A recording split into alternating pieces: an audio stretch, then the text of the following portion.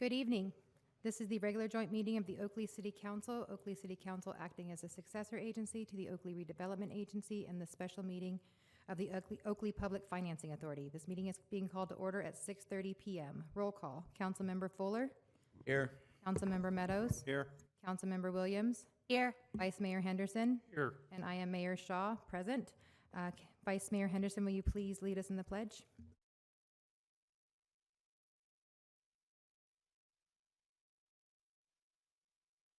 Allegiance to the flag of the United States of America and to the republic for which it stands, one nation, under God, indivisible, with liberty and justice for all.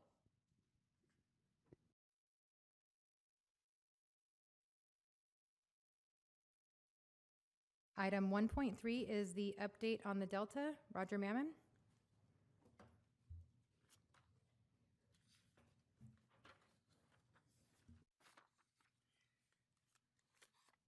Good evening, Mayor Shaw and City Council.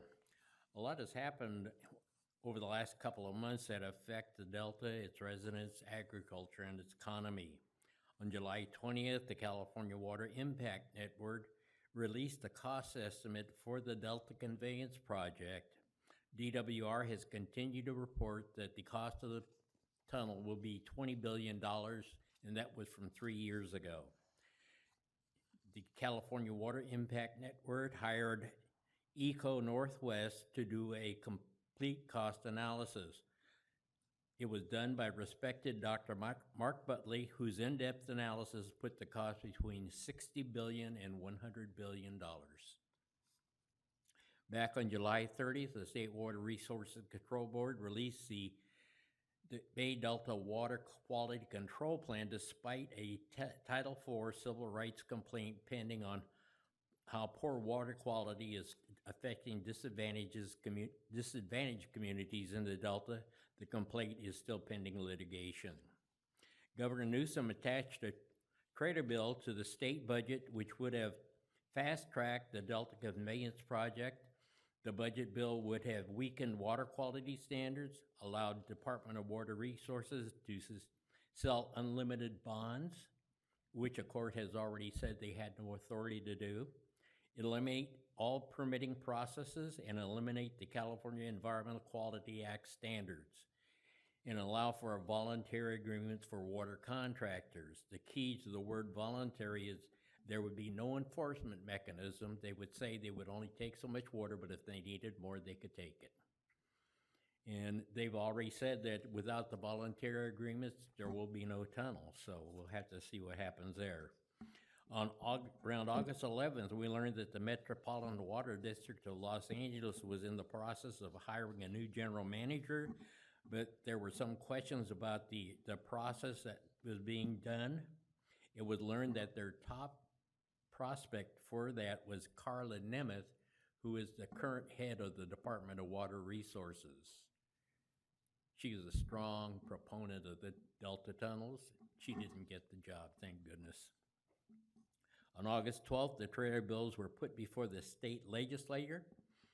Restore the Delta, Friends of the River, Sierra Club, Defenders of Wildlife, California Striped Bass Association, San Francisco Baykeeper, California Sport Fishing Protection Alliance, Golden State Salmon Association, Delta Tribes, the Tuolumne River Trust got over 50 concerned members of their organizations together to lobby the legislators on July 16th and August 26th in Sacramento against that trailer bill.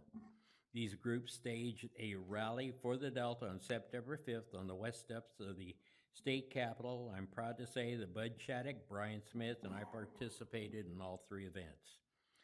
On August 19th, the Department of Water Resources released adaptation strategies. While framed as an evaluation, the report repeats long debunked talking points to present the Delta tunnel as the optimal solution to climate change and infrastructure changes, while ignoring more urgent cost-effective measures like strengthening Delta levees and repairing the existing state water project infrastructure. Framed as an evaluation, the report is DWR's validating push for the Delta Conveyance Project, touting debunked half-truth while ignoring the most obvious investments needed. Upgrades existing to Delta levees to protect the state water project infrastructure and Delta residents in nearly our $7 billion Delta economy. Among the report's most concerning flaws, overstated earthquake risks, which the independent experts have long warned is exaggerated to justify the tunnels. There has never been a seismic event that caused the Delta levee to fail. They cherry-pick science with DWR containing high concern framing on sea level rise while downplaying alternative adaptations. They also ignore that they could cause harmful algae blooms, which you're experiencing here in the Delta. Failures to address Delta levee upgrades, despite clear evidence that the continued land subsidence threatens both aqueducts and the levees. Mischaracterization of flood and storage risks, framing natural river flows as wasted water rather than a vital ecological function. Repacks the stakeholder engagement promises with echo past performative processes without meaningful input from Delta communities. Costly distractions from real needs with DWR leaning on Sustainable Groundwater Management Act goals to justify the tunnel instead of addressing unsustainable water use and groundwater recharge structure. On August 22nd, the California Water Commission allocated $219 million towards the construction of Sites Reservoir. This will be an off-stream reservoir that will divert fresh water coming down the Sacramento River before it ever reaches Sacramento or the Delta. It is part of the Delta Conveyance Project. The governor says that 40 million people are depending on it. It's ironic when you can think that the water export of 400 million to 600 million acre feet diverted from the Delta annually, only 10% goes to human use. The rest goes to 5% industry, and the rest is corporate agriculture. If we can defeat the tunnel, there will be little use for the Sites Reservoir. There were two limited ocean salmon fishing seasons this year. The first in August, a limited harvest of 7,000 fish, but that quota was exceeded in 2 days of fishing with 9,400 fish caught. Second limited season was a 4-day season with a quota of 7,500 fish in September, and in the 4 days, it's estimated 12,000 fish were taken. And they were scheduled to have more limited seasons in October and November, but they've been canceled due to the 12,000 fish that were caught in September. There is a river salmon season for the Feather, American, and McCullum rivers with a 1 salmon per person per day position limit. There is no fishing in the main stem of the Sacramento River. On September 10th, the State Water Resources Control Board canceled the public comments for the Bay Delta plan due to the governor's trailer bills to hasten the tunnel were voted down by the state legislature. We won this battle, but the fight for the tunnel doesn't stop. Just today, the Delta Conveyance Project released a report titled Delta Conveyance Project Protecting Delta Farmland. It talked about limiting impacts, stating that the tunnel, instead of the peripheral canal, the realigned, that was a benefit. The realigned route closer to Interstate 5, which is the original route that the peripheral canal was proposed for. And they also boast of how Delta farmers would be fairly compensated for the land that they had to be utilized for the Delta tunnel and for the structures that would have to be destroyed. Somehow, the report did not cover what is most concerning is a salinity intrusion, which would destroy our Delta farmers' land and the land's productivity. On October 8th, the Fish and Game Commission will be voting on a slot limit for the striped bass. If they approve it, only striped bass between 18 and 30 inches will be kept in anadromous waters. Scientifically, studies have shown that the Delta fisheries have declined 90% over the past 2 decades.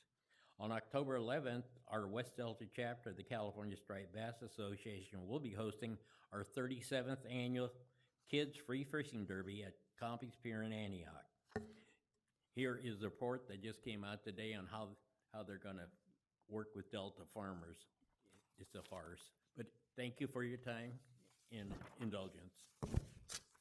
Any questions from the council? No, I just want to say thank you for keeping us updated on all of this. My Thank pleasure.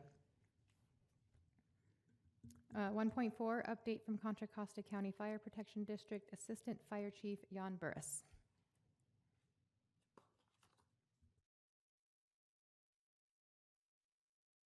Good evening, Mayor, Vice Mayor, and council members. My name is Zon Burris. It's okay. It's been a lifelong of that. It's good to be back. It's been a little bit. I gotta. I'm just gonna make sure I can.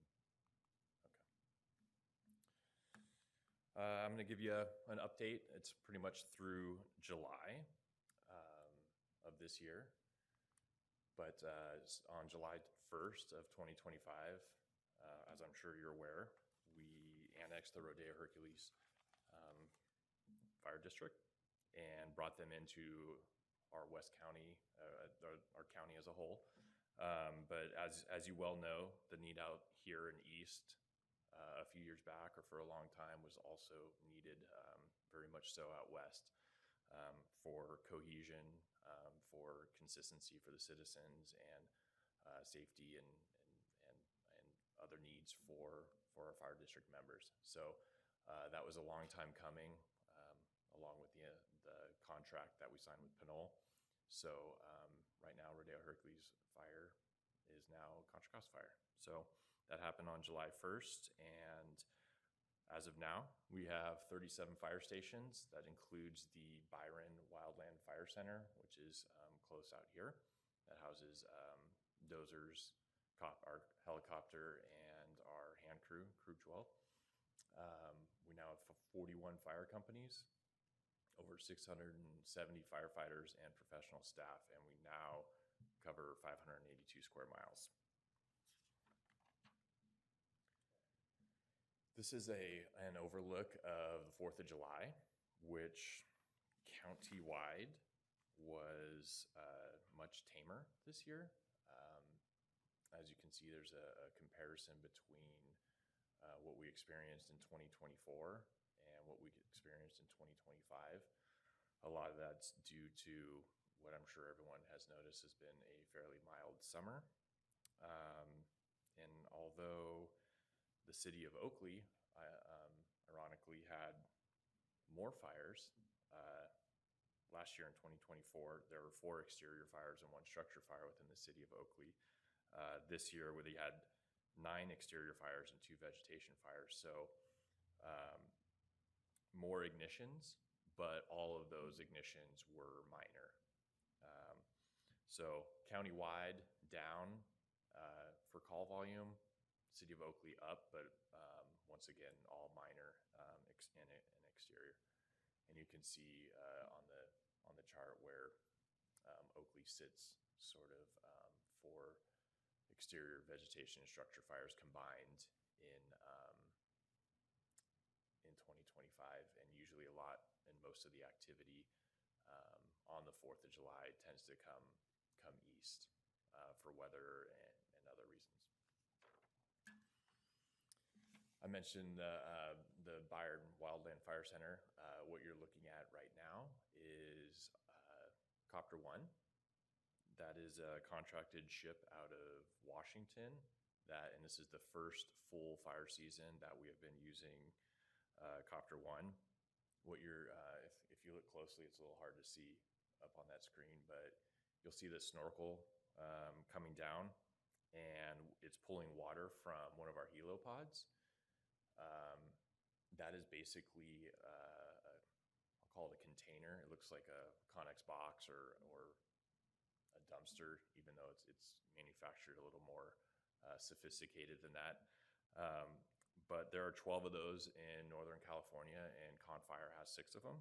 One of them is located at the Byron Wildland Fire Center, which you're seeing there. The other is located out at Marsh Creek Detention Facility. And the third that we have active right now is out off of Highway 4 in Rodeo. And the idea of those is to sort of provide some sort of water source for the helicopter to go grab the water from, that isn't a year-long natural pond or the delta or stuff. So they're strategically located throughout the county, which allows quick access for the helicopter to suck up 300 gallons, make a drop, and then come immediately back. And it's made a significant difference in our firefighting capabilities this summer. As you can see, we've had 23 fires and over 55,000 gallons by the helicopter, and that was through July. And I know they've gotten some more action here in August. Moving on to some significant incidents in Oakley somewhat recently.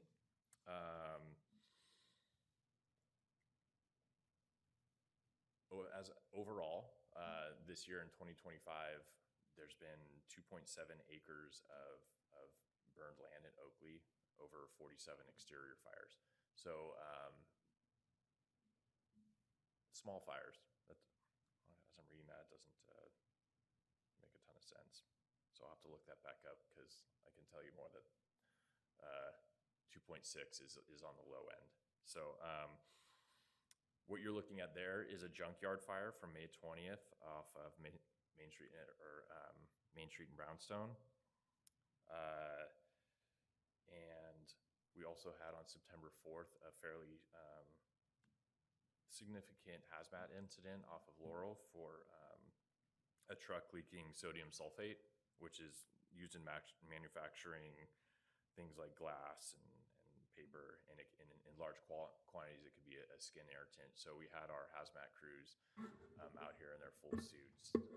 Fortunately, there was no injuries or transports from that hazmat experience.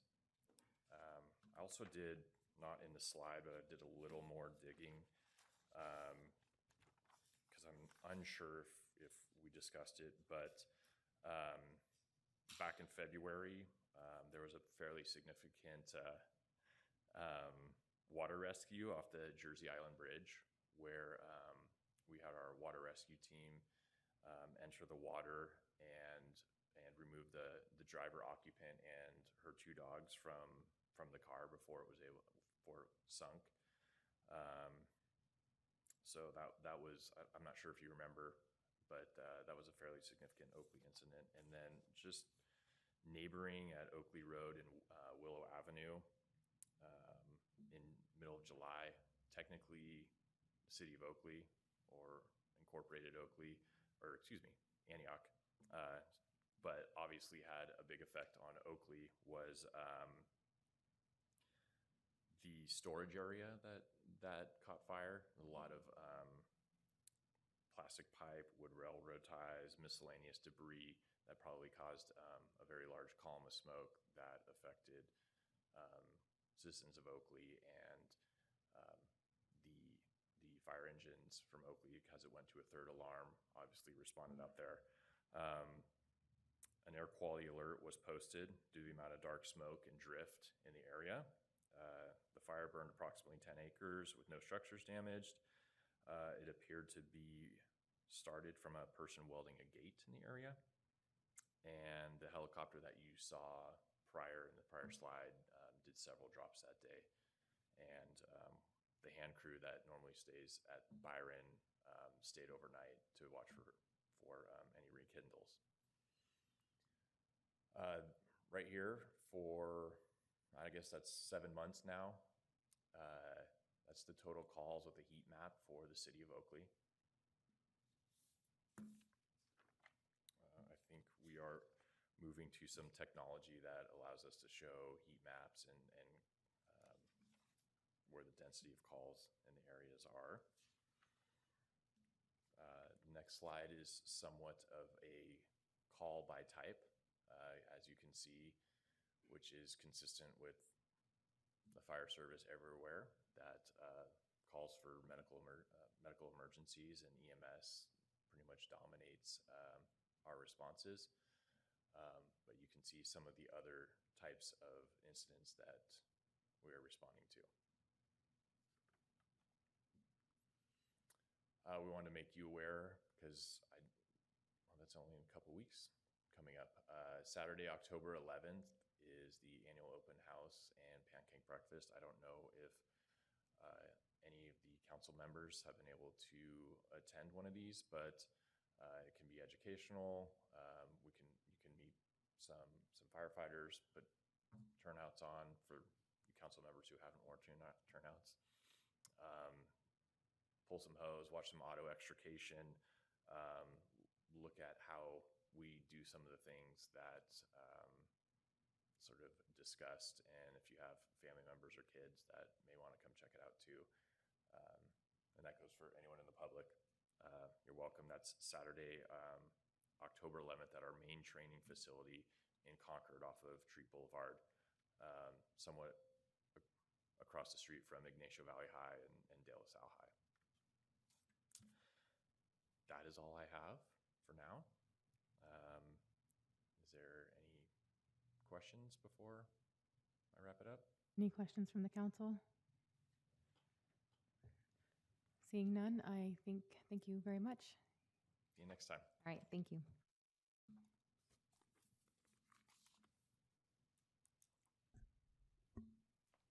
Item 1.5, Contra Costa County Advisory Council on Aging Update, Chalo Buckman. No? Oh. Oh, okay, I'm so sorry. Has submitted a written update for the council. I should read your notes, I apologize.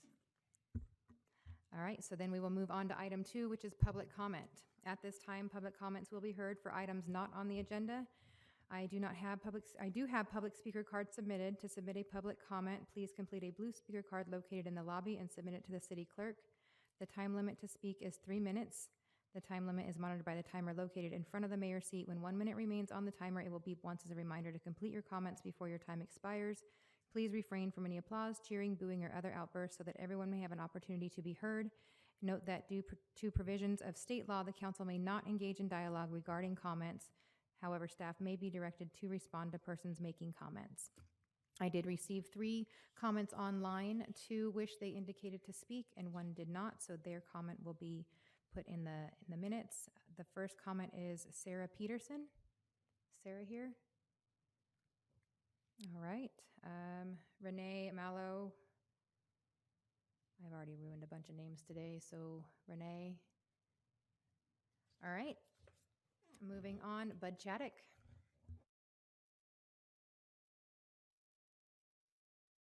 Hello, Council. Good evening. Just giving some updates, things that we've been doing on the creek. We've done some cleanups prior to the one being done for the coastal routes and whatnot. We pulled out quite a bit near the Cypress area, pulled out boards that people were putting to trap fish out of the creek. That they actually broke off the fences that East Bay Park put there.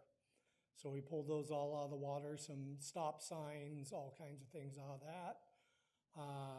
Did notice an extreme amount of graffiti just 2 days ago. Various markings, the most I've ever seen since I've been here. So that kind of dirtied up the area pretty bad underneath the railroad track area. There was also, so that's positive. We did get some stuff out. The only thing that was really,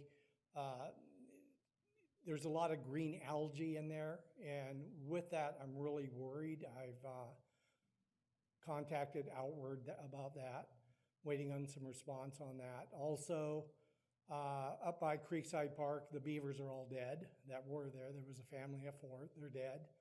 There's 1 floating. I've contacted Fish and Wildlife 6 times to get an officer out there. I've even called the main office in Fairfield, one of them, trying to get someone out there. I personally have heard people make threats towards them saying, I got to get those things out of here. They're ruining things. They're causing mosquitoes. So my wife and myself took a walk and she talked to them, and they got a little testy. They had 8 or 9 of them had too much to drink, and they had a grappling hook tearing the dam down. So we walked away from that. But anyways, there's that, and it's still floating out there. So it's stench is pretty bad. So that needs to be done. So we're also going to continue on a lot of the cleanup and whatnot. You know, a few of us, 3 or 4, go down there, get hip boots on, whatever, pull out what we can, and it fills up sometimes as fast as we take it out. So I'll give it that kind of a thing. Other thing is, in the parking lot there off of Cypress, there's been abandoned cars with tires slashed and windows down and whatnot. So they've obviously been stolen. They got like 3 to 5 year tags on them. So they're down there right now. There's a green bug right now down there. Seen it 7 days. So that'd be nice to get that out of there, not to promote more of that kind of behavior there. Other than that, we've contacted a lot of different, groups that have, some interest in what we're doing, and continue to do that. And it was a pleasure being with Roger up in Sacramento. That was a great thing. We got some movement, and I just want more people to fight. Thank you. Sharon Kay. Pass on that last name. Good evening, guys. I'm here again. I want to talk a little bit about Cypress.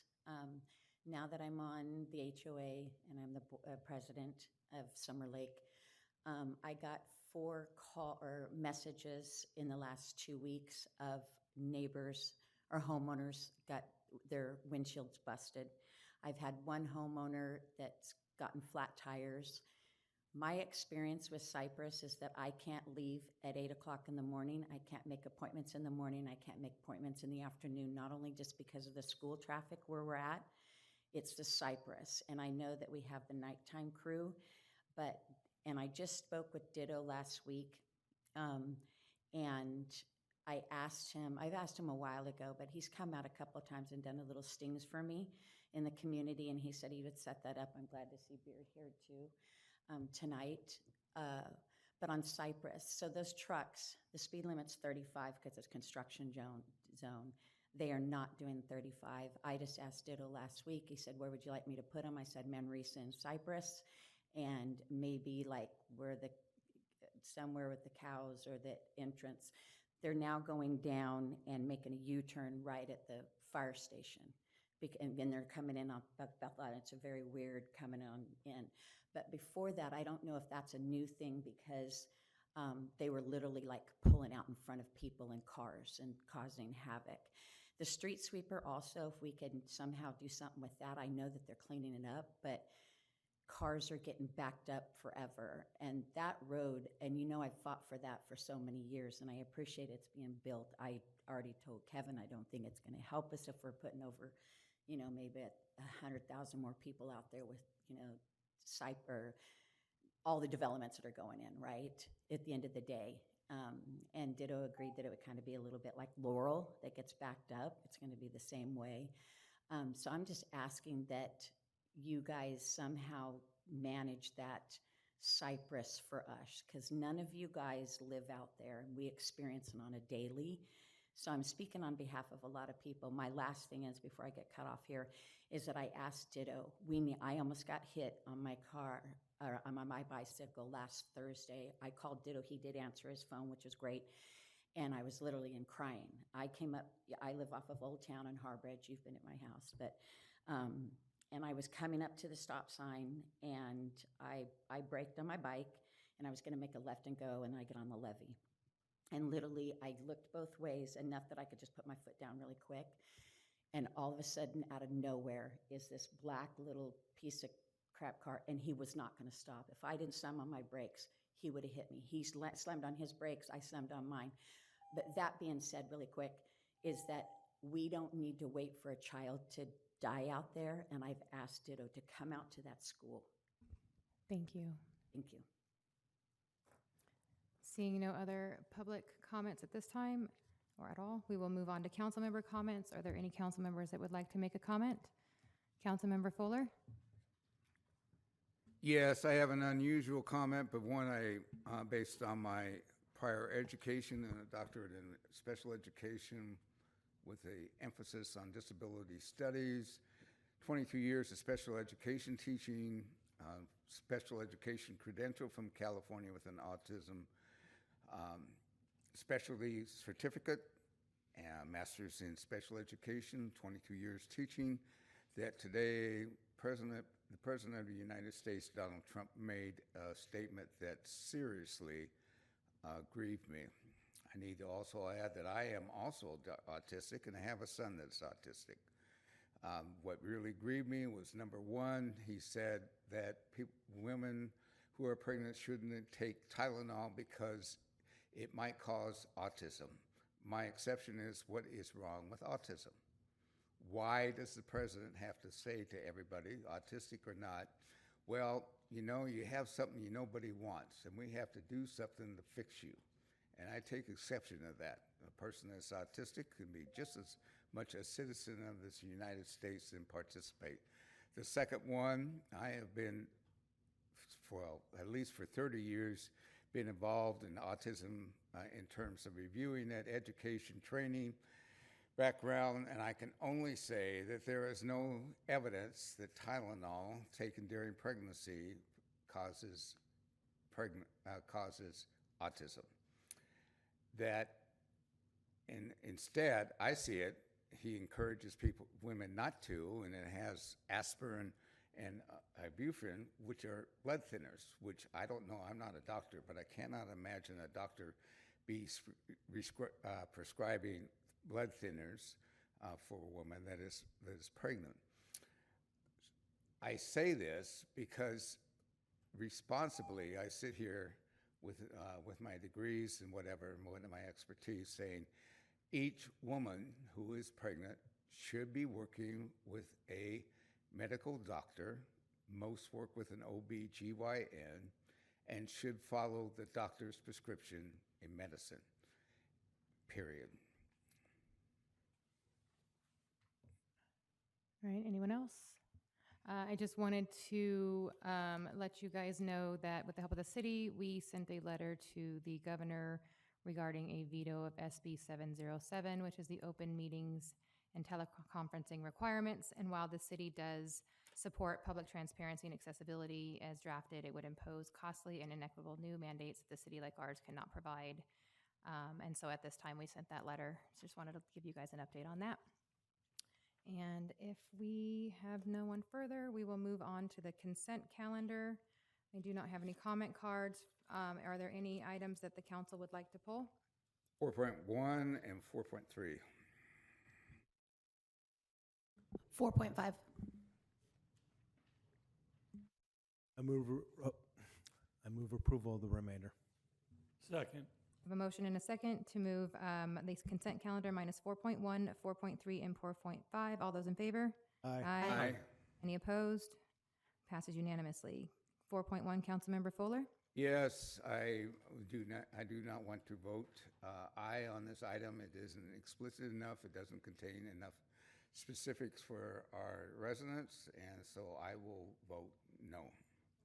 Incidentally, that is not a result of a city clerk. It is a result of direction from the council and the city manager. So, I move approval of 4.1. Second. I have a motion and a second to approve 4.1. All those in favor? Aye. Aye. Opposed? no. Passes 4-1. Item 4.3, Councilmember Fuller.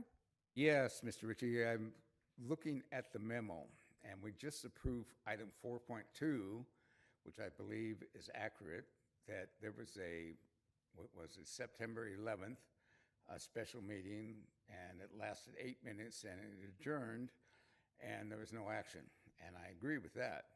But the memo from 4.3 is that there was an entire meeting, and direction was given, and that it was extended on that direction. And I'm having trouble reconciling that discrepancy. Yes, there was a meeting. Yes, Mayor Shaw dispersed it at 4:08. And to my knowledge, there was not a quorum present after that. So I think it ought to end right there and with this, and match 4.2 rather than going ahead and approving 4.3, which I believe represents an inaccuracy.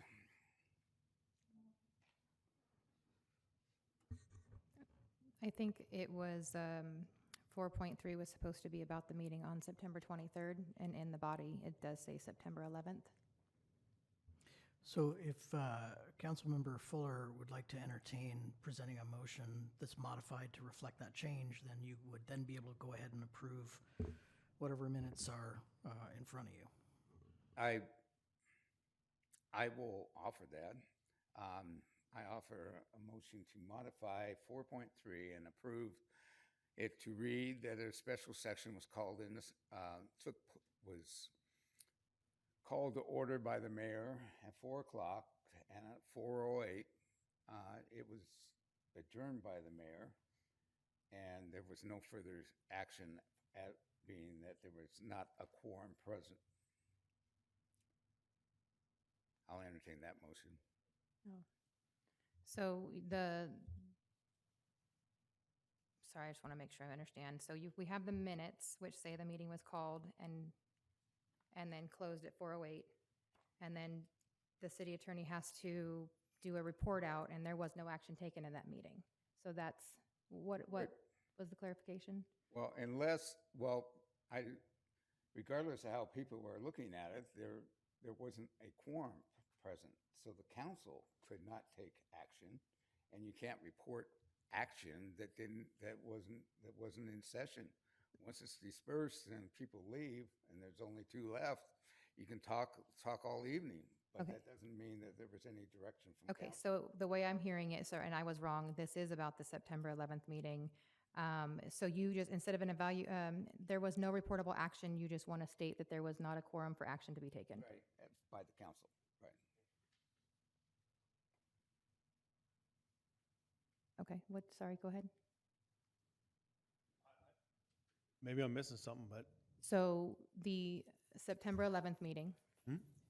we adjourned, and then 2 of us stayed. Yeah. So there was no action to be taken if there were only 2 of us, is what he's saying. that's correct, but there was 5 of us there to start. This is on the, yes. Yes, there was 5. I'm not going to dispute that. There was a quorum till 4:08, and then the mayor adjourned it. Then there wasn't a council, and there wasn't a quorum, so no action was taken. So do we want to amend this, or do we want to table it until we? I'm comfortable with tabling it until Mr. Cole can review it and see what he has to say, because he was the one that was in the room at the time. I'm happy to make a note of that and bring it back. That's Thank fine. you. I would be comfortable with that as well. Do we need a motion to table it, or do we just table it? Just table it. All right. I'll refer it to Mr. Cole. Thank you. Thank you.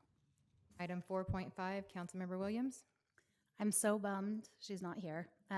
So I pulled this item because I really think it's important that people realize how serious Chalo Buckman is taking her role as the Contra Costa County Advisory Council on Aging. I think I get no less than 2 emails a week and more when there's things that are happening, searching for grants for any of our Council of Aging that could help that. So I just kind of wanted to call her out. She does a really phenomenal job. She really tries to coalesce groups of people in order to get more traction for Oakley. And I think that's really important because, we obviously just now started our new Studio 55 and stuff. And so I really just wanted to call that out. I was hoping she was going to be here, but we got a very thorough report. So nothing to say. I just thought it was important that she got special recognition because she does do a great job and really is hunting for things for us. So I really appreciate her work. So with that, I will move approval. Second. I have a motion and a second for approval for 4.5. All those in favor? Aye. Any opposed? Passes unanimously. All right. We are going to move on to public hearings. Item 5.1 is adopt a resolution approving a general plan amendment, amending the community health and safety element of the City of Oakley general plan with text amendments to adopt by reference and add summary text in relation to the 2024 Hazard Mitigation Plan, City of Oakley Annex, in compliance with Assembly Bill 2140. Ken Strelo, Community Development Director. Thank you very much, and good evening, Madam Mayor, Mr. Vice Mayor, members of the City Council. The item before you tonight is a city-initiated request. This came from the city staff, and it would result in an amendment to the community health and safety element of the general plan. It results in minor text amendments and a reference to and a hyperlink to the 2024 Oakley Hazard Mitigation Plan that would mark up about 2 pages of our existing general plan. Last year, City updated the local hazard mitigation plan, which was last passed in 2018, and the City Council adopted a resolution in February of this year adopting that plan. That plan is also called the Oakley Annex, and it's a part of the county's hazard mitigation plan, so it's a separate document that is attached to that plan. The reason we're bringing this item to the City Council is California Assembly Bill 2140, which was signed in 2006, is not a requirement, it is an option. However, if the work that is being proposed tonight happens in the general plan, it can result in benefits to the city, and I'll explain those here in just a second. What it would do is it would allow for the California Disaster Assistance to authorize the California Governor's Office of Emergency Services to basically reimburse the city the remaining 25%, up to an additional 25% for any disaster relief funding. Without this update in the general plan, that would be capped at 75% of those funds. This was taken to the Planning Commission for recommendation to the City Council, and it was unanimously adopted there. And just to reiterate, the plan that we are putting in the general plan has already been adopted. It will result in a net positive for the city, and it would mean that general funds could possibly be spared in the event of a natural disaster or any other sort of disaster, where the city could possibly be reimbursed for an additional 25% of the total costs.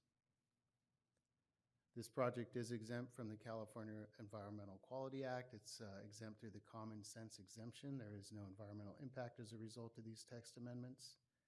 And with that, staff recommends the City Council adopt the proposed resolution, resulting in the general plan amendment. Thank you. I'm happy to take questions. Are there any clarifying questions for staff? All right, seeing none, I will open the public hearing. I do not have any speaker cards submitted at this time and don't see anyone coming up to speak, so I will close the public hearing and call for deliberation of the council. No deliberation either. You guys I move approval. Thank you. Second. I have a motion and a second. All those in favor? Aye. Aye. Any opposed? Passes unanimously. Moving on to our regular calendar. Item 6.1 is adopt 2 resolutions as follows. Adopt a resolution approving the design build agreement with Woodland Construction Builders, Inc. for the design and construction of the new Oakley Library and Community Center and authorize the city manager to execute the agreement. And number 2, adopt a resolution to establish a library and community center project specific subcommittee for the design build phase of the project. Joshua McMurray, city manager. Good evening, Madam Mayor. Hold on. Mayor, I will recuse myself on this item, because my office is across the street. Thank you. Just give us 1 second.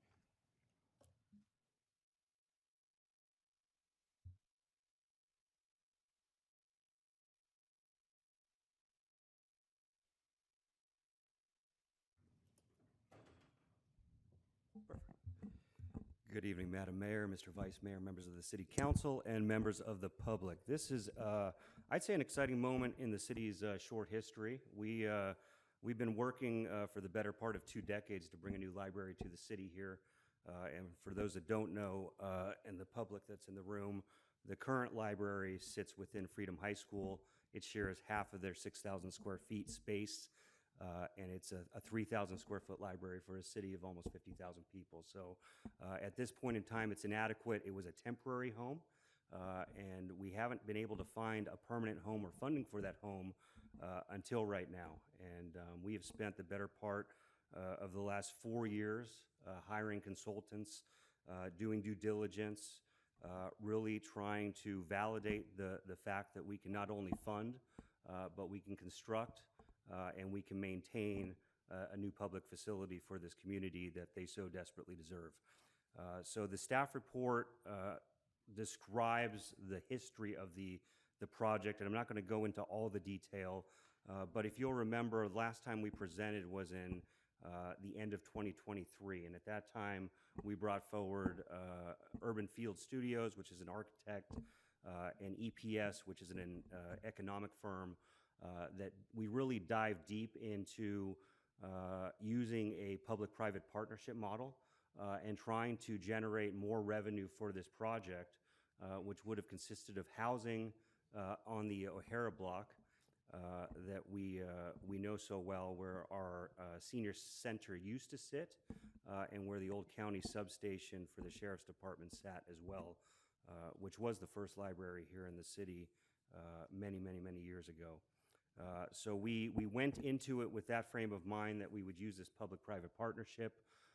We spent, with the direction of the city council, the better part of 2024 further exploring those issues. We had to relocate the senior center because we were prepping that parcel, that block for development. And as was just mentioned, we established Studio 55, which has been a huge success in its short, few months in existence. We're now up to, I think, 430 members in just a few short months, which is fantastic. And in doing so, we also demolished the substation with the assistance of the county.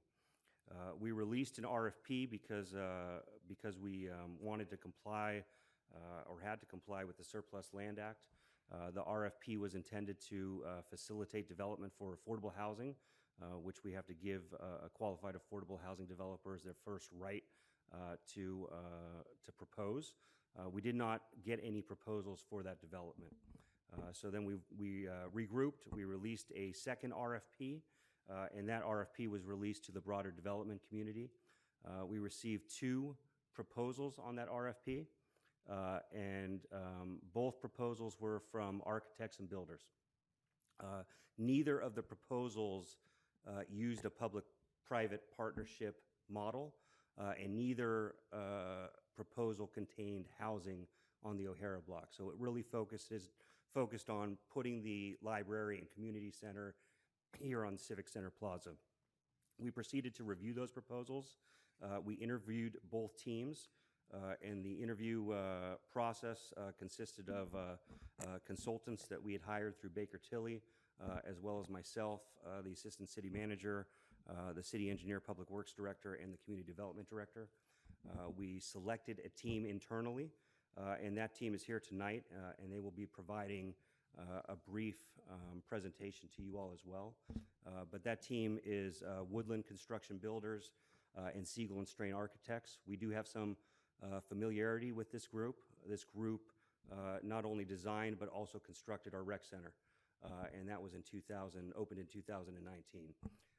We also used Siegel and Strain Architects to do some preliminary facility needs analysis last year that kind of dovetailed into this year and will help us with our City Hall remodel project that we have undertaken. So with that said, what we are presenting to you tonight and asking you to approve is the first of a 3-phase contract. It's a design-build contract, progressive design-build, because it's going to come to you in phases. The first phase right now is the validation and concept phase. We will then, if approved tonight, move through that phase in the next few months. We will then follow that with phase 2, and that will require a contract amendment, and that will focus on the actual design of the facility and include the public outreach component. And then phase 3 would be the phase that would be approved for construction of the facility. So we feel like we have a good model an approach to this. The team knows that we are constrained with not only land, we have a very limited space to put it, but also budget, which is the most important piece of it. The city over the last few years has allocated $10.5 million for the project. And last year and into this year, the Friends of the Oakley Library have just done a absolutely phenomenal job raising money for the project, and they've raised just about $1 million. So in total, we have $11.5 million to spend, and at the going rate of, right now about $1,000 a square foot, we're looking at an 11,500 square foot facility. So we don't have any real design to show you tonight because obviously nothing's been approved, but we've been talking and meeting with the team. We've had several meetings with the county and the library system. And if approved tonight, we're intending to just kick this off and really run as fast as we can. We have a meeting scheduled this Thursday with the county team to kick off the process. So that's one piece of the item. The second piece, we used a couple subcommittees last year to help facilitate both Studio 55 and this library project and community center project. I am again asking for a two-person subcommittee to be established tonight to help facilitate the concept design phase and the public outreach phase of the process, and to provide a conduit between the meetings that we're going to be having, and we're going to be moving quickly, but also updating the city council on the progress. Ultimately, this project will require entitlement. That entitlement will stop at the Planning Commission, but we want to make sure the council is comfortable with design before we move on to that entitlement phase. So those are the two actions in front of you tonight. The total cost of this phase work is a not to exceed $251,140. Everything is attached to the staff report for your review. I'm available for questions. The team's available for questions. And Mayor, if you don't mind, I would like, before I end, to bring the design and contractor up here to give a short presentation. So we have Curtis Bezor with Woodland Construction Builders and Susie Marzula with Siegel and Strain Architects, and they have a prepared presentation for you all.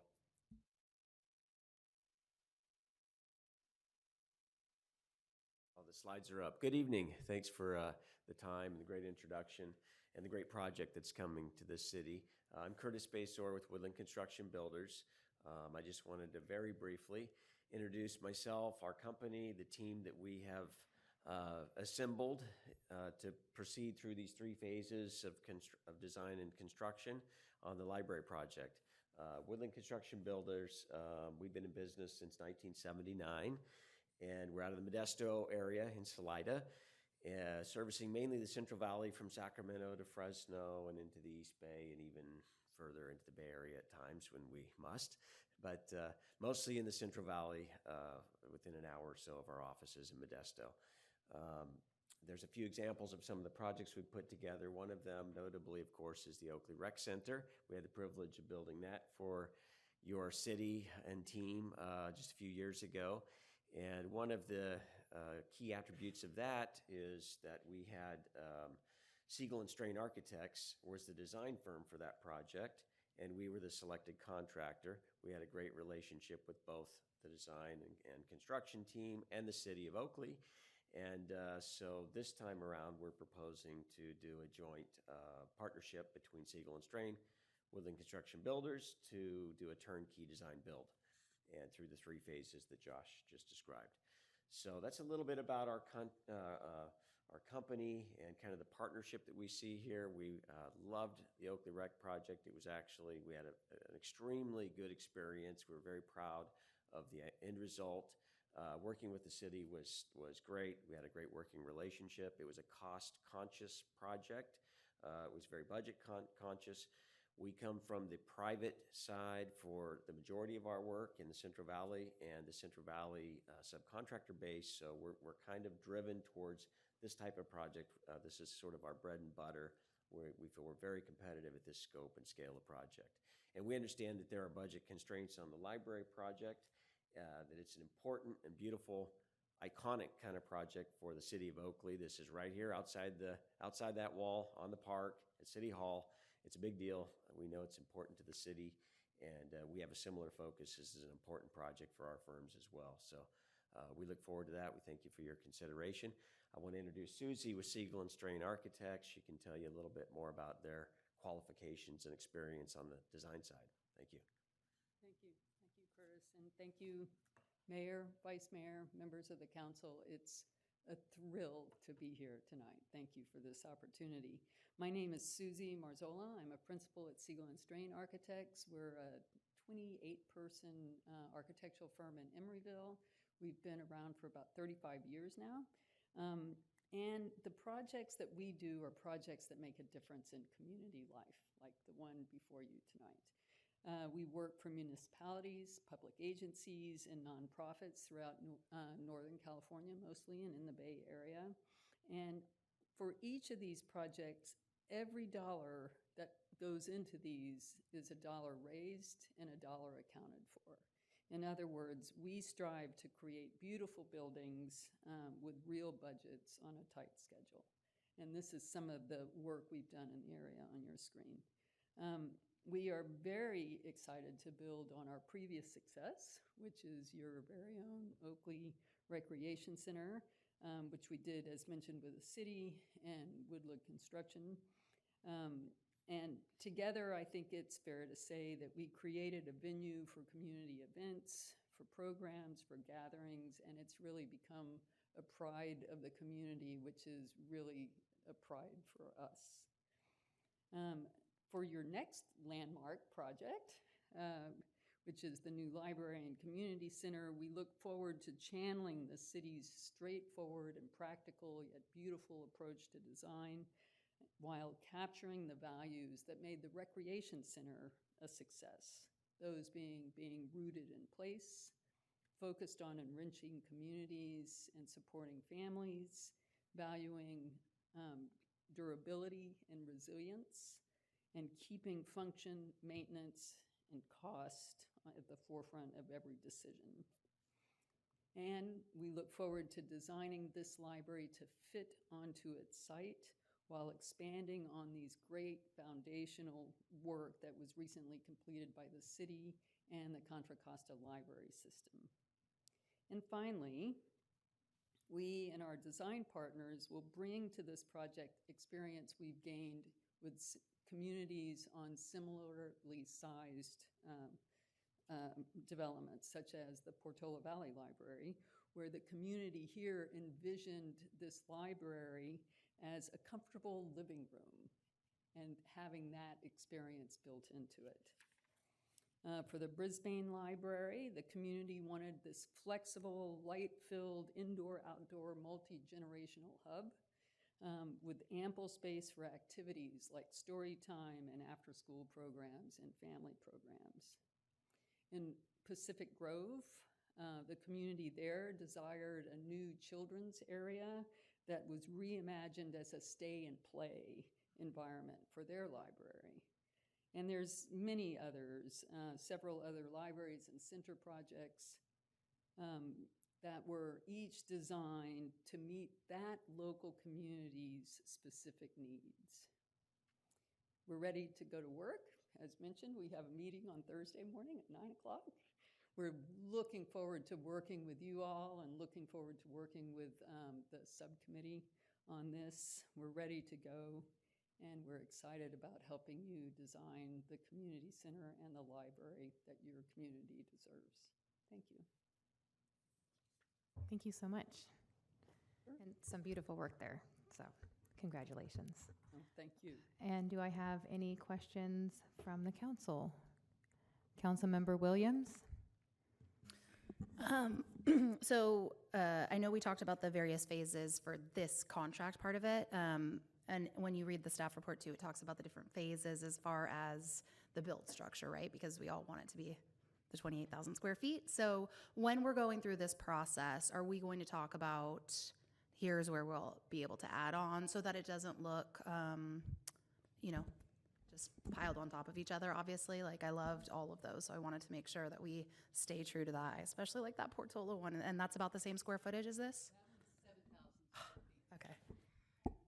Yeah, and the RFP is attached to the staff report, so when we released that, we made sure it was very clear, what the goal of the city council was, and the goal is to design a structure that eventually can have phased development in additions to it. So that is at the forefront of what we're going to be thinking about in concept and design.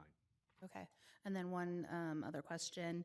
So we talked about we're going to run fast with this now, right? But then we also talked about the public outreach part of it, which I think is really important in getting them engaged. So how are we going to make that timely and efficient? Yeah, so public outreach will be in phase 2. In the Exhibit A1 to the contract, that outlines the 3 phases. Phase 1 is defined. Phase 2 and phase 3 might need some adjustment. But essentially what we're thinking is 3 public meetings in 3 different locations, each with the same type of information that is going to be shared. Thank you. Councilmember Fuller? Yes, first, thank you. The Recreation Center is very nice. Thank you. In reading it with the construction, it appears you've already started construction from the way it's said. You're already on the lot. You're already making dimensional ideas. I'm curious, if we're approving this, is that it? I mean, are we going to have a competitive bid on the item? Are we going to get it back here for public approval? Are we going to look at it again? Or are we just approving it, saying, okay, go at it, and when it's done, everything's together, go ahead and start building? Yes, we are going to bring this back in phases. So the first phase in front of you tonight is defined with a not to exceed dollar amount, and that is for the validation phase. So we are going to be, validating and doing due diligence. But phase 2 will be the actual design phase. That contract amendment will be brought back to the city council. And before construction starts, phase 3, that contract will then need to be amended again. So there will be several times the city council will get to review those amendments. In addition, the design build and the way the contract is structured, everything is open book. So we are going to be able to see how Woodland bids it, what the bids were, and be able to confirm and question if we have questions. So everything is going to be transparent along the way.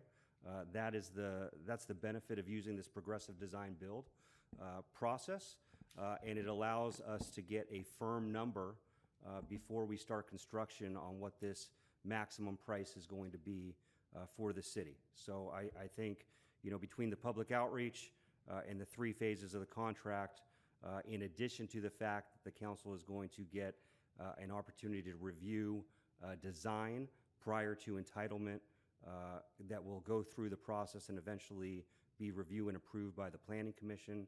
There will be plenty of opportunity for public outreach, the public to be involved, and the city council to be involved. Well, my question is, and maybe I missed it, but when we're at that final stage and we like the design and we like what's going on, are we going to submit this out for bid? Or are we just going to say, Woodstock, we appreciate your effort, and yeah, the fee seems right? How is that going to be settled? Woodland Construction Builders is going to bid out the project. So it will be bidded out? Correct. Okay, thank you. I have a question as well. I know we all wanted this 28,000 square foot library. We talk about $1,000 per square foot and where we are at with money, and that includes soft cost and hard cost, which I understand, but there's also unexpected costs that can come up, which you never know about. My question is, because we've raised what we've raised and we've already designated so much money from the city, is there money in our general fund to pay for this so it doesn't have to come out of our 11.5 that we have going towards our library? I just want to nickel and dime it every little bit I can get to get the biggest library I can. Yeah, I think we can make that work. I can't commit to where that funding will come from at this present moment, but I will go back and work with the team. We're talking about one-time money, so I think we can find that for the one-time money. and we will address that the next time we bring this back to the city council. Great, thank you. And do I have any public comments on this item?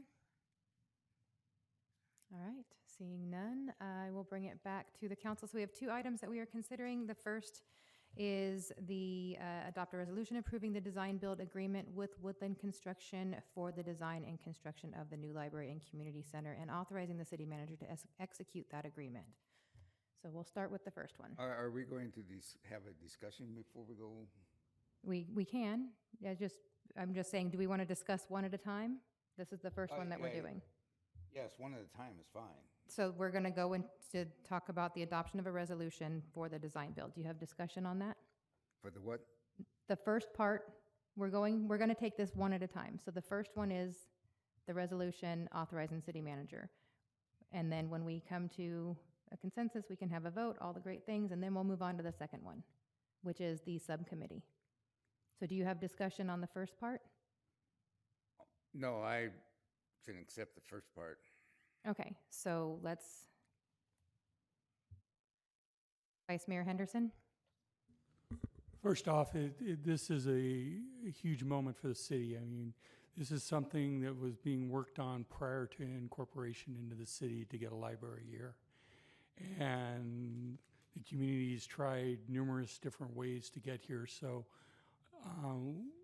we definitely need to move forward with this tonight. We need to make sure that the design is buildable to expand as additional funds come and as the city grows, which has already been discussed. And I just think we've waited long enough that we need to push forward with this. Knowing a design-build system, the city has used a design-build system for this building, for buildings across the street during redevelopment time, and including building a fire station in the city. The design-build system works really well, and it allows us to keep costs within the budget and not with overruns and add-ons. So I 100% support moving forward with this. And I know we're going to take the other item second, but I also want to put my hat in the ring for the subcommittee. So do we want to approve the first resolution, or are we just going to do discussion and then We're going to approve? do the first one and then we'll go to the second one. I just think it's cleaner. But I do have Councilmember Fuller, your button is pushed. Are you still having a discussion on this part? Your button is pushed? Councilmember Fuller? Yes, First off, this little box isn't working as great as it should. Well, the only thing I have to comment on is I'm willing to go ahead and move the Woodland Construction Builders portion of the contract resolution, or however we want to say it, at this time. I'll have discussion about the design phase after that, but if we want to limit it to the Woodland Construction Builders, I move that be approved. So you want to have a discussion about the design phase, but the design phase is going to come back to us at a future meeting. The amendment for that. I'm really not bothering you, following you. Okay, you said we're separating it. We're separating the contract and the subcommittee, two separate votes. Okay.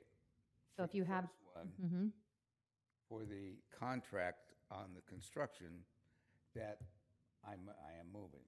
I am not discussing right now or have any comment until after that's complete on the design or the subcommittee. so the design is part of the first motion. So if you have a discussion about the design, now's the time. Well, no, the discussion's all right. Yes, I'll move both. Okay, so we have a motion for adopting a resolution approving the design build agreement with Woodland for the library and community center and authorizing the city manager to execute that agreement. Do I have a second? Second. All right, all those in favor? Aye. Aye. Any opposed? Passes 4, with Councilmember Meadows recusing himself. So now we will move on to the resolution to establish a library and community center project specific subcommittee for the design build phase on the project. And do I have any clarifying questions? Yes, I'm just not a big fan of the specialized subcommittees. I believe things get lost in the translation and how it's going to be in, and it's a new fad that I've seen arriving on the dais. I've never seen it before in the city, and I'm not a big favor of it. I like the whole idea that we can all work together on it. But so I will vote no if it's moved. So and I have another button pushed, but I'm going to take a moment. The subcommittees allow us to move faster, having these meetings scheduled and the timing with the others that are involved. It just gives us an opportunity to work in a smaller group, not having to be subject to the Brown Act, to be able to get these meetings, get them in, and then we report back to the council as a whole, whoever's on that subcommittee. Bringing it back to the whole council is going to just slow the process down, and I think Vice Mayor Henderson said we've waited long enough and we need to get this moving forward. And I as well am interested in the committee, so I just want to put that out there. Vice Mayor Henderson? And we have used the subcommittees in the past, and you look at the rec center moving and the accomplishments that is done. There's certain times that, a subcommittee allows things to move quickly. And, this is one of those projects we waited a long time for, getting it to the next phase, getting it to community outreach and breaking ground, hopefully before summer of '26 is important. And I think I strongly urge everybody for the subcommittee. Councilmember Williams? Yes, I've been advocating for this library for decades now, it feels like. So we have to act quickly. We don't have time. And, I worry when we drag our feet and when we don't do subcommittees, we have something like our 55-acre park that we have to keep bringing back and back and back. Sorry, sore subject in the audience. Sorry, friends. So I just don't want to delay this.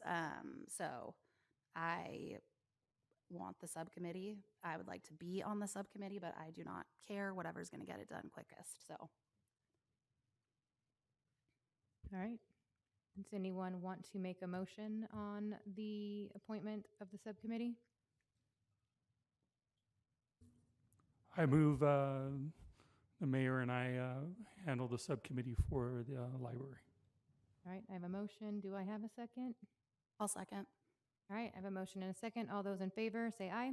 Aye. Aye. Opposed? No. All right, passes 3 with 1 opposition and Councilmember Meadows recusing himself. We will get him back in here just a second.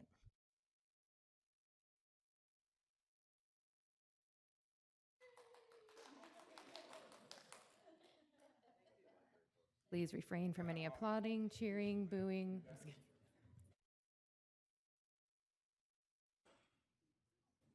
All right, so we have item 6.2, which is interview and appoint 3 applicants to the Planning Commission for 4-year terms, October 12th, 2025 through October 11th, 2029. Ken Strelo, Community Development Director. Thank you and good evening again. So tonight we have interviews for 3 4-year terms to serve on the Oakley Planning Commission. Just as a quick reminder, back in February, the City Council appointed 2 members for 2-year terms. So in February of '27, those terms will turn into 4-year terms, and that will give us a proper stagger for 2 and 3 seats on the Planning Commission moving forward. So tonight for the interviews, the way we would like this to work is what we'll first do before the first interviewee is we will ask all but the first interviewee to go with Lieutenant Cartwright and meet in the Delta Breeze Room. Yes, staff here wears many hats, and they'll sit back there. And the idea is that any interviewee, any candidate cannot listen to the answers of one before. After they interview, they're more than welcome to stay in the council chambers as a member of the public and listen to the rest of the interviews. The order in which we will be doing the interviews is the order in which we received the applications. So we didn't do any random drawing, we just took them in the order they were received. And I'll go over with you the candidates for tonight, their names, and then the method that staff is recommending the council use to rank them. So tonight we have Sean Ireland, Garfield Samuels, Leonard Price, Pierre Gaudi, Casey Vigil, and Juan Hernandez. We did have a seventh applicant that withdrew their application earlier today, and that was Sarah Dermody. So we have 6 applicants tonight, and we have a ranking sheet, and I want to make sure that the council has this in front of them. And this is similar to how we did it in February. I just want to reiterate, it's very important and helpful for us that each candidate be ranked as you go. So at the end of the 6 interviews, all 6 names should be in the final column, ranked with the top being your favorite candidate, and so on, moving down. At the end of each round of interviews, you can reorganize your ranking any way you like. So you don't necessarily have to only move one place or whatever. Once all interviews are complete, we ask for a 5-minute recess to allow the city clerk and myself to tally the points. First place will get 1 point, 6th place will get 6. We will tally the points, and the top 3, we will report the points back. The city clerk will report the points back to the city council, and the lowest scoring candidate would be the top average. So the idea would be that the top 3 would be the 3 average favorites amongst the entire council. Of course, you're free to discuss after if you like. And then after that, we do have a resolution that the city clerk would fill in the 3 names chosen, and we would ask that the city council adopt the resolution with the 3 candidates chosen. So with that being said, I want to, or Mayor, maybe you could ask if all the candidates are here.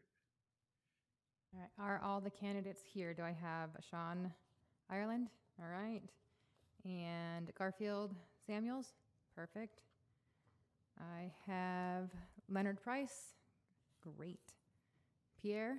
Awesome. And Casey? And Juan. All right. So yes, they are all here. And then I do have Councilmember Fuller. Did you have a question before we start? Yes. Well, I have a question and a request. In using the ranking system, okay, the first person comes in first place. What do you mean by 1 point? In other words, if you get the most points, you're in 6th place, or? Yeah, but we will only be tallying up the 6th column. So however they're ranked in the last column will be the points that we give them. So I see. So we don't award them points. We would award them first, second, third. Yeah, we'll tally. Staff will tally the points on your behalf. Okay. Another one, I would appreciate if the candidate would be announced by name when they come to the podium. I've gone through, somebody leaves and they just assume I've got the whole thing here, and next thing I know, I'm not quite sure which candidate is. So if they could be announced as they come to the podium, I would appreciate it. Madam Mayor, do you have the order of the interviews with you? Do I have any? The order of the interviews with you? I have it in here. Okay. So yes, I can do Yeah, that. Sean Ireland would be the first candidate. And are you ready to begin? Yep. So if the other 5 can make their way out into the hallway, and they'll be escorted into the Delta Breeze room. And once they are out, we will get started.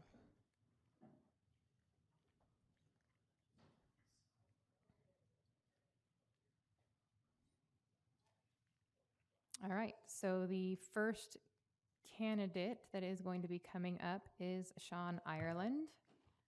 And we are going to have a series of questions for you. We've all seen your application, but we've got a series of questions. So as soon as that door closes, we'll get started, okay? No pressure going first. Means you get to be number 1 for at least a I little don't know. while. Maybe I should have turned it in a little later.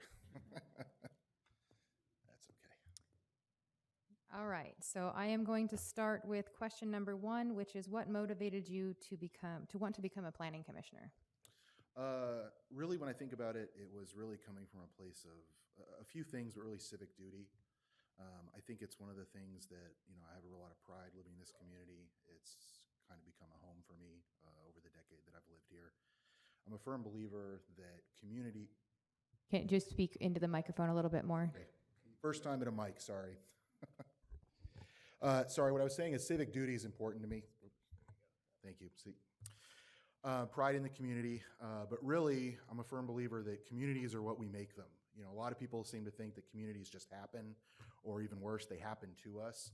But the reality is, community is made by the people that take a moment and step up, and it's something that I've realized later in life that I really need to take the time to help build my community, not just be around it while it builds up. And I think this is an area that I can help out with. Thank you very much. Councilmember Fuller? Yes, his question, and I bifurcated it before in the 3 sections. Where do you see Oakley in 5 years? Where do you see Oakley in 10 years? And where do you see Oakley in 15 years? Okay. So the first part is 5 years. Really, when you look at how Oakley is it's mostly a bedroom community. It's a lot of houses. But I think one of the things that I see us growing is starting to add more retail and starting to mix those two in, as well as infrastructure. Infrastructure growing along with it. I think that's definitely a challenge, but that's something that we've seen with the Cypress project, the work that we're seeing that developers are doing, like in front of Emerson Lane or near Rose Avenue, that happened several years ago. So I think that's something that in 5 years, keep pushing. 10 years out from now is where hopefully we can push our community towards not just being a bedroom community, but actually having some jobs. That retail that went in and you're pushing for in 5 years, now in 10 years is starting to, maybe some folks can actually have some employment within the community. And that's something that I think that we can grow and build as a community. It doesn't start off that way. It takes a lot of effort, and the Planning Commission's part of that. And in 15 years, I would hope to see all of those things merging into one solid kind of cohesive community. But one of the things that we really have to keep our eye on the ball is maintaining our small town feel. It's something when you hear residents talk about all the time, is that they want the infrastructure to help us, they want jobs, they want homes, affordable homes, but we need to keep our small town community. So that's a difficult thing to balance. But that's where I see we should be in 15 years. All right. What do you think is the single most important skill for a planning commissioner to have? I think that's tough, and I think I might have a different answer than everybody else, but to me, it's listening. It's really listening to the public's comments, the needs of development projects, and then state mandates. You really have to listen to all of these different stakeholders and then balance them. I think that's a very difficult thing. I don't think anybody here would be surprised to hear me say that, but I think that's a skill that you have to have as a member of any entity, serving a community like this. You have to listen.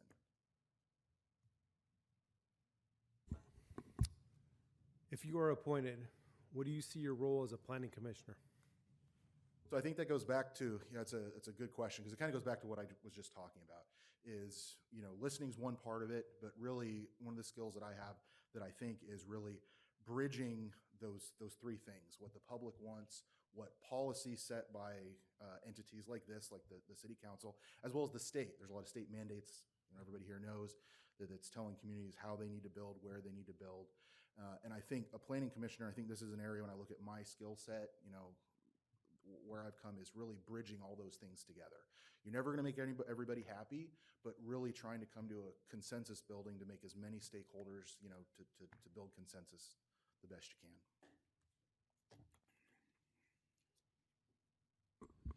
Do you have any scheduling conflicts? The Planning Commission meets on the first and third Tuesdays of each month. I already talked to my boss about it.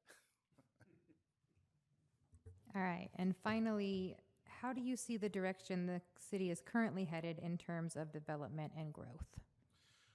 So as far as development growth, I see a lot of positivity. I know there's been a lot of changes with housing policy. You go back and look at minutes from the last couple of years, and I know that's been a hotbed. There's been changes with how the state allows a community to implement affordable housing mandates. So that's definitely a challenge, but it seems like Oakley's balancing that knife's edge quite well. Infrastructure's been a huge improvement. There's another member of the community I live in talking about some challenges with it, but I think Cypress expansion's been a huge bonus for those of us that live out there. So infrastructure is definitely a positive. I think one of the things, I've lived in Contra Costa County my whole life. I've lived and worked in probably probably half the cities in this community. Every one I've lived in has either stayed the same or maybe gotten a little worse. It's kind of stinks to say. Oakley is the one place I've lived, and it's why my wife and I don't ever want to leave, that has gotten better. We've lived here for 10 years. The roads have gotten better. Business has gotten better. You can afford to buy a house here. And really, those are positives that I see. But those are also challenges. When I look at Oakley and where I think Oakley should go, is that we really have to look at how we look at growth, infrastructure, businesses, and just balance all of those things. Really, and just one last thing, I know there's not time for a statement, but I really want to say that I kind of view service as an opportunity, not a burden. And I really hope the council, considers me strongly to be able to take on that opportunity. Thank you. Thank you so much. And you're welcome to stay while we hear from the rest. Thank you. Thank you. All right. So the next one that will be coming in is Garfield Samuels. Thank you. You're welcome.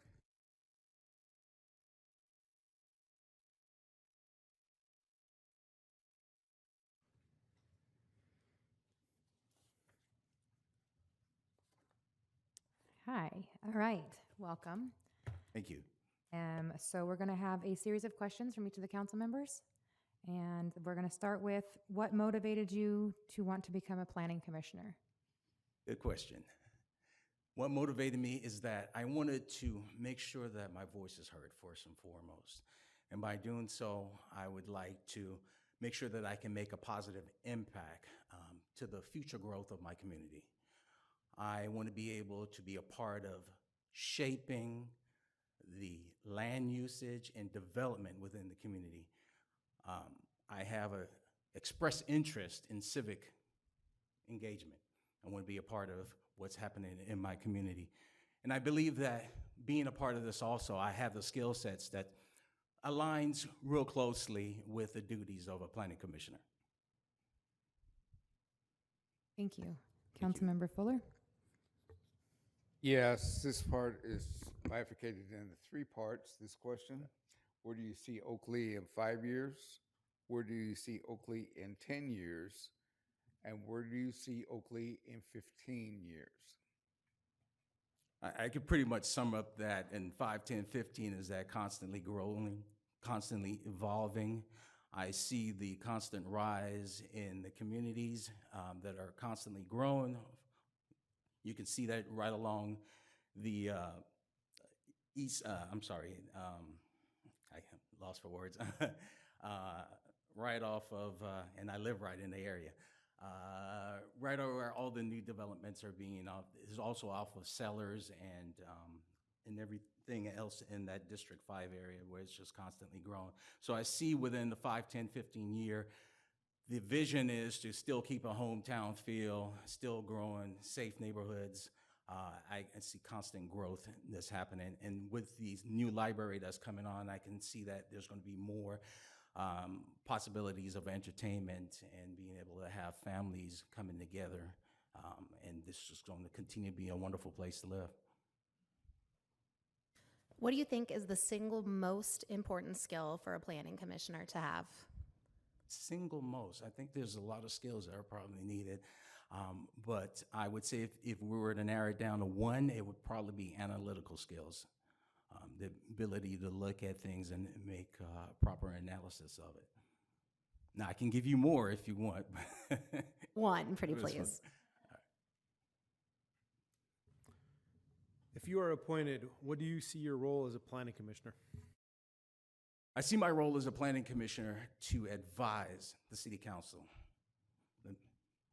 you all, advising on the shaping of land usage and development, ensuring that there's responsible community usage. Also, I see my role as implementing the long-range vision plan and making sure that all new developments are in alignment with that vision plan.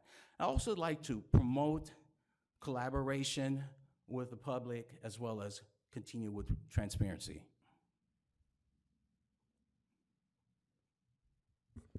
The Planning Commission meets on the first and third Tuesday of each month. Would you have any type of conflict-making meetings?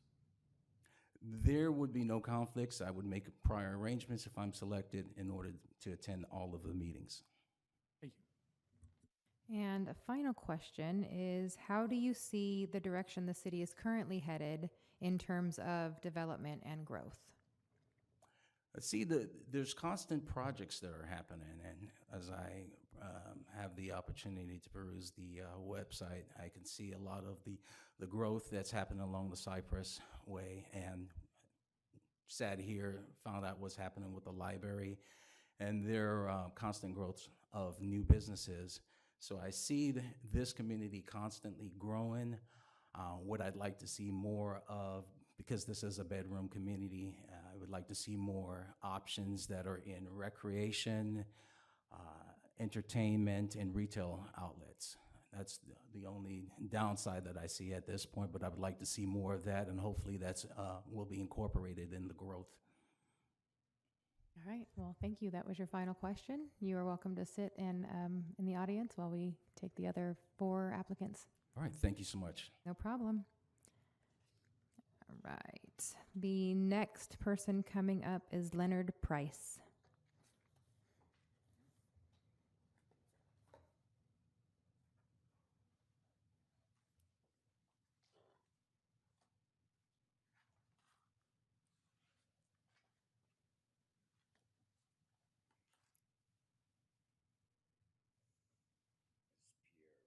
This is Leonard Price, number 3.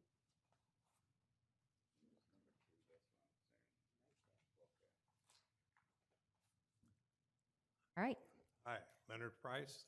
Good evening, Mayor, Vice Mayor, and council members. Thank you for joining us. We're going to have a series of questions for you. And I'll start off with, what motivated you to become a planning commissioner? What got me into being a planning commissioner was looking at all the new developments that are going on out here, and especially with the limited roads that we have.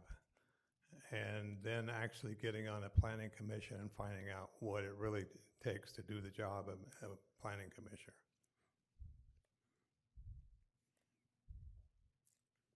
Councilmember Fuller? This is bifurcated into 3 parts. Where do you see Oakley in 5 years? Where do you see Oakley in 10 years? Where do you see Oakley in 15 years? Well, where I see we're going right now is we're really trying to take care of all the housing needs of new people that are coming in to meet the requirements that we have to do with the state. As we're going down the road, what I would really like to see is become more of an economic hub. We don't have a whole lot of economic development out here. It would be nice to see some nice restaurants and businesses that come in.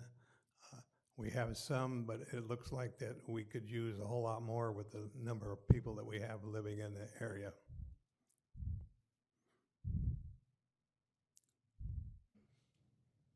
Okay. All right. What do you think is the single most important skill for a planning commissioner to have?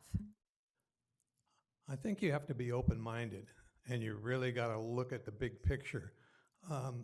One of the things I found out being on the planning commission is that you really don't have a whole lot of say in what you can do with some of these housing developments where it's under such state controls, and they pretty much set the guidelines about what you can do. And it's not like being on a planning commission, you're going to be able to control all of these different things that are going on. You more kind of are like a funnel for the city council to ask questions and bring out things that may not come up at the council meetings.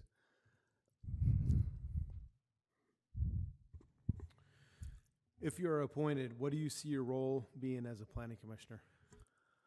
Well, the reason I wasn't going to come back and reapply, but the planning commission I sit on now, the 4 members, encouraged me to reapply because we have 2 new people that just started. We'll have 2 more coming on, and they were looking for some continuity to carry over, being one of the original planning commissioners. And would you have any scheduling conflicts making the Tuesday meetings? Which meeting? Would you have any scheduling conflicts making the planning commission meetings? No, I've made almost all of the meetings except for being out with a flu, but no, I don't have any conflict with the time. And actually being retired, I have a lot of extra time to be able to do extra things that come up as far as looking at agenda items and little researches. Thank you. All right, and final question. How do you see the direction the city is currently headed in terms of development and growth? I think we have a really good plan with the city looking at different areas where you can put housing in, and it's very well laid out, and it's not like hopscotch where you're putting some here and some there. Even though we're really limited about how we can put these houses in, I think that the city is doing a really good job as far as the planning and what's going on in the developments. All right, well, thank you very much. You're welcome to hang out while we finish the interviews.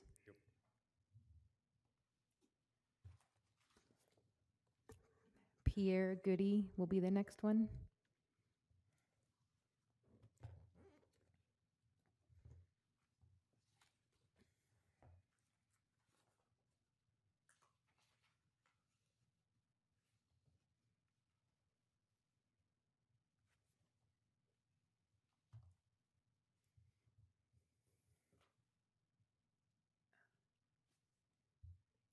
Good evening.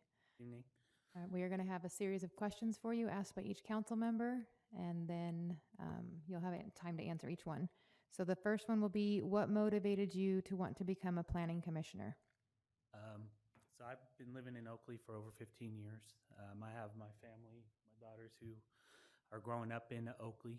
We love to play tennis and at Diamond Hills and do all this stuff out there. But in Oakley, it's a growing community. I've watched the police department become its own entity, and I want to get involved. I want to be part of the planning process of Oakley.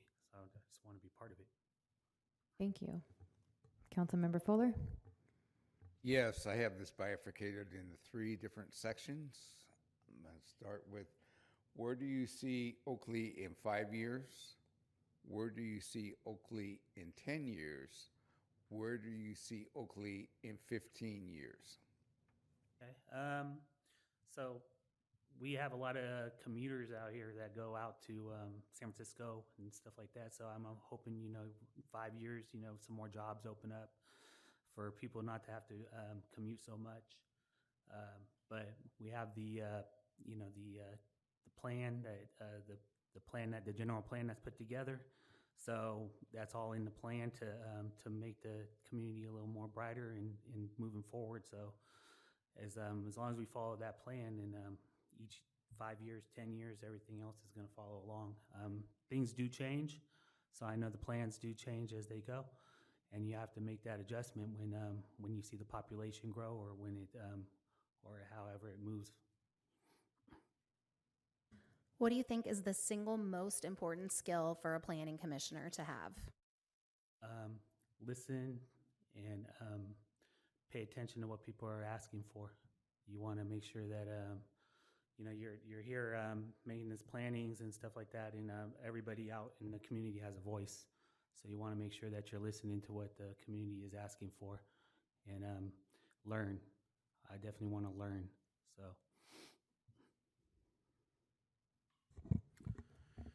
If you are appointed, what do you see your role as a planning commissioner?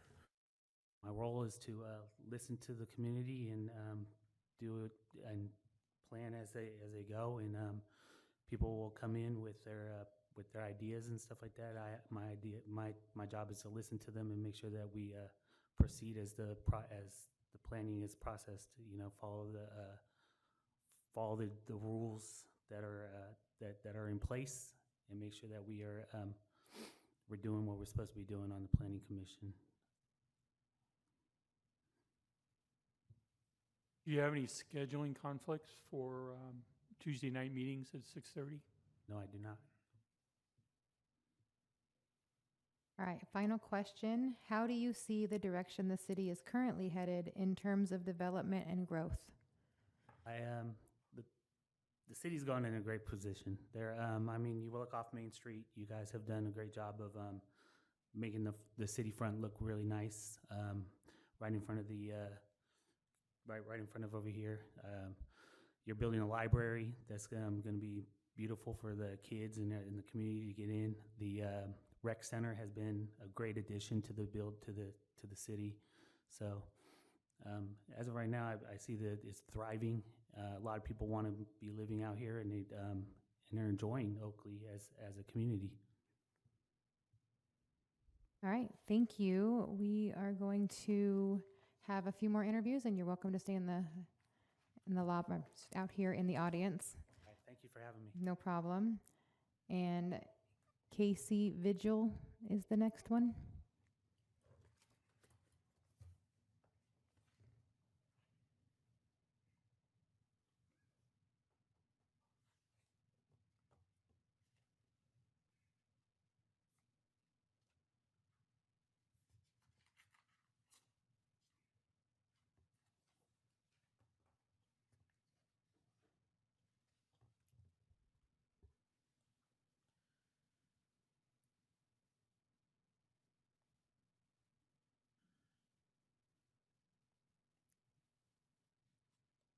All right, sorry, I was taking notes. We are going to have a series of questions for you by each of the council members. We're going to get started with what motivated you to want to become a planning commissioner? What motivated me to become a member of the to become a planning commissioner is the fact that I came here in 2019 at Emerson Ranch, and when we first moved here, we were promised that 55-acre park. We've been there for 6 years. We've paid a significant amount in the Mellaroo taxes, and there has not been much change in the park. Also, as you guys can see and what I've been learning from talking to people who have lived here forever, they are very concerned about the future. And I feel like I represent the present, and I always want to be a liaison between the present, the past, and talk about what we're going to do in the future, very specifically in these new developments like the one that I live in.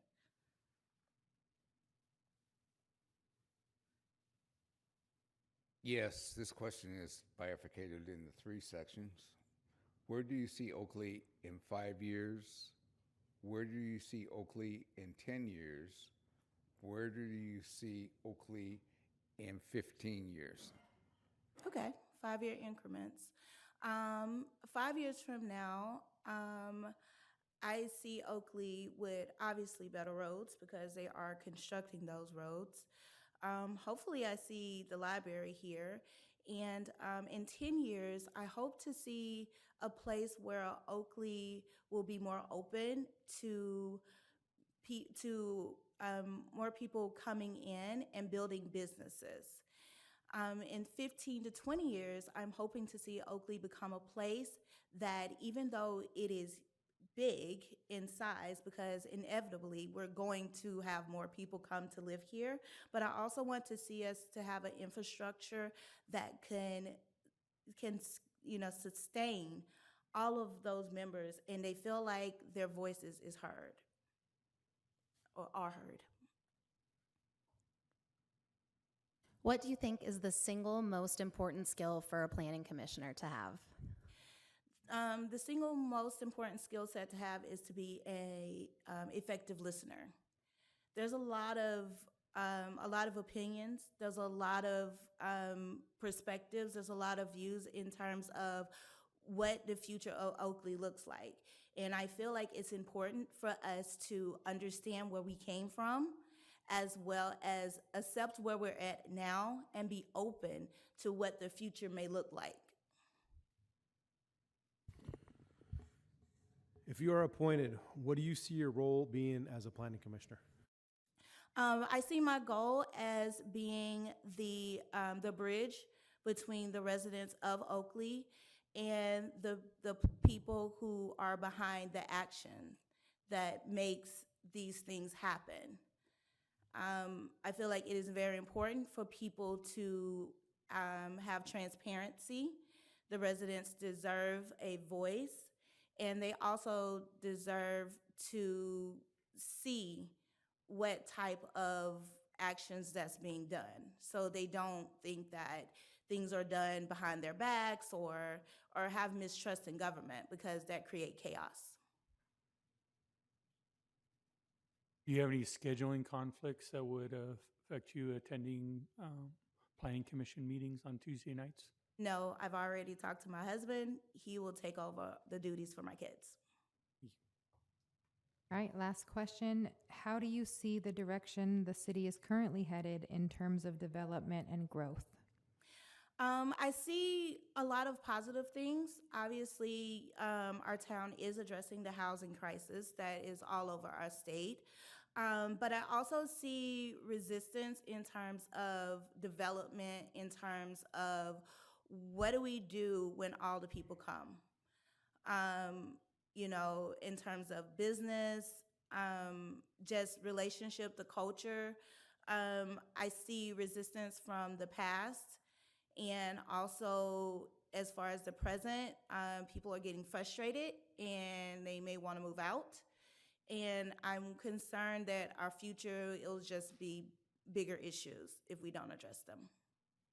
All right, thank you. You're welcome to hang out here in the audience while we finish up. And Juan Hernandez is coming up next.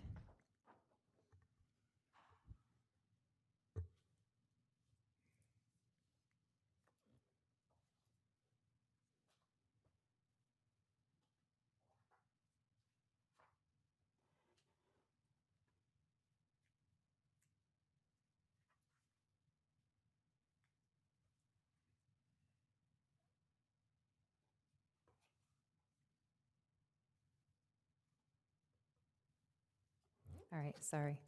I have to take notes too. Right, so we're going to have a series of questions for you from each council member. And we're going to start with the first one, which is what motivated you to want to become a planning commissioner? So I guess my motivation is I really do want to set, I want to be a good role model for my kids. I've got 2 little ones. And I think showing that that I do want to be a part of the growth in this community will be something good that they see, and hopefully it inspires them to do the same when they're older. It's always been kind of my dream to step into something here and be a part of Oakley. I think I spent the best years of my childhood here. And before I go any further, I kind of want to state that with the requirement, right, to live here, I am moving here. I have spent money I cannot get back to build a house over here. So I will be moving here in November if that is a question on any of your minds. But besides that, get back to the question you asked me. Yeah, I want to be a part of the growing community here, right? I mean, Oakley's gotten so much bigger since I was a child, and it's really cool to see. And if I could help out in any way, that'd be great. This question is bifurcated into 3 parts. Where do you see Oakley in 5 years? Where do you see Oakley in 10 years? Where do you see Oakley in 15 years? Okay. I think, whether it's 5, 10, or 15, Oakley, I think will continue to expand, whether it's by size or population. I don't really ever think the city is ever going to get any smaller. I think the needs are going to get bigger. Obviously, more infrastructure and resources are going to be needed to keep this city alive, right, and working for the people. 5, 10, or 15 years, it's all pretty, I guess, subjective, and that's why you're asking me that. But it's kind of hard to predict. I don't think it'll ever stop growing though, and I think in 5 years it'll be bigger, 10 years it'll be much bigger than it was today, and in 15 years it'll be a whole lot bigger than it was today.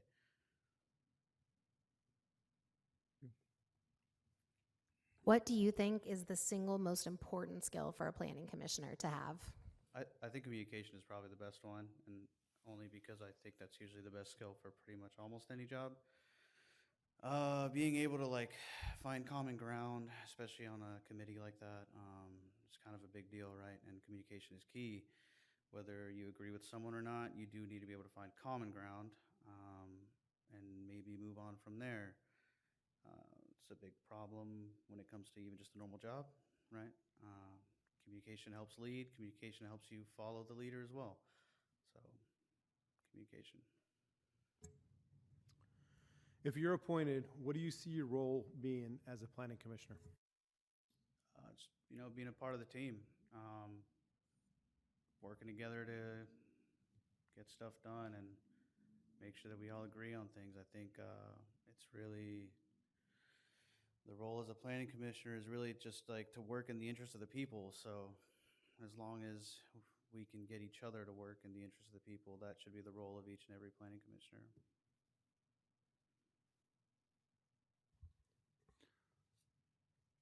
Do you have any scheduling conflicts that would stop No. you from going to meetings on Tuesday nights at 6:30? No, sir. All right, and the final question for you is, how do you see the direction the city is currently headed in terms of development and growth? Well, to be honest, I think it's actually much better than most cities around here. I like the growth Oakley has had. It's changed a lot since I was a child. I think, and I'm sorry, I'm going to repeat the question. You said, how do I see the growth? It's how do you see the direction the city is currently headed in terms of development and growth? Oh, okay. No, I think it's great actually. I mean, there's a lot of private land around here, and people get confused at times with what's being built. But in reality, I guess we can't always control that. It's their property, right? So I think the development that has happened is good, regardless, right? Regardless of what other opinions people have on it. The city has done good for the people that own the land, I guess you could say. So that's my answer. All right, thank you. You can go ahead and have a seat. We are going to be taking a break so we can tally up the votes. And then when we come back, we will let you guys know. I do want to say before, just thank you all for coming, but for the record, it's not an easy thing to get up here. I've done it once for the Planning Commission, and I was nervous as heck, and I think I answered these same exact questions, and I look at them now and wonder if I would have answered them differently. So thank you all for being here. No matter what the outcome, I appreciate every single one of you applying. And we're going to take a break now.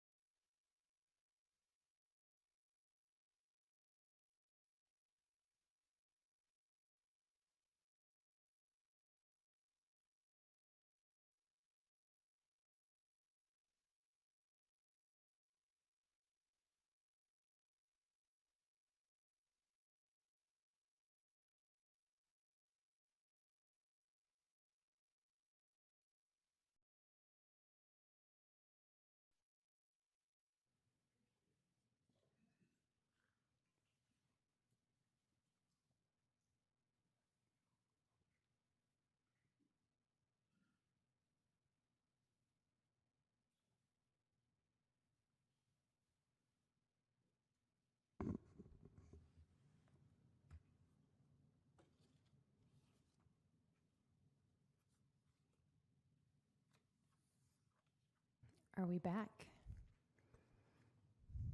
We are back. The Kim Snodgrass City Clerk will present you the results. Thank you. Just as a legal matter, I do realize one candidate is currently not living in the city, but indicates he would move to the city. Our ordinance says that a candidate to be considered must be a resident of the city at the time they apply, and that we must verify at the time that they apply. So looking at our ordinance, I don't believe that candidate could apply because he was not living in the city at the time of his application. So, and I apologize, I did not speak up when that, when I heard that, but I just wanted to put that out there. But once he becomes a resident, he'd be able to apply at the next Absolutely. round? Absolutely, absolutely. There will be other appointments, and by all means, he could apply then. Thank you, and I do encourage you to reapply when the time comes. Awesome, thank you.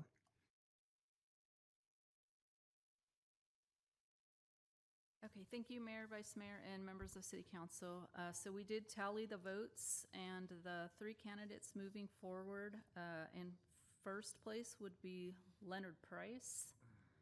Second place would be Sean Ireland. Third would be Pierre Goody. And then we did have a tie for fourth between Garfield Samuels and Casey Vigil. So it would be Leonard Price, Sean Ireland, and Pierre Goody that will be moving forward. Thank you. And again, thank you all very much. We have appointments every 2 years, so for those that did move forward, congratulations. For those that didn't, please don't be discouraged. We only have so many seats each time these appointments come up, so I encourage you to continue to be involved in any way you can, and we'll have some more appointments coming up in the future. Good evening, Mayor. Just want to remind the council that as part of this action, we do have the resolution. All right, so I would need a motion for the three mentioned. I move approval of Leonard Price, Sean Ireland, and Pierre Godet. I have a motion. Do I have a second? Second. All right, I have a motion and a second. All those in favor? Aye. Aye. Any opposed?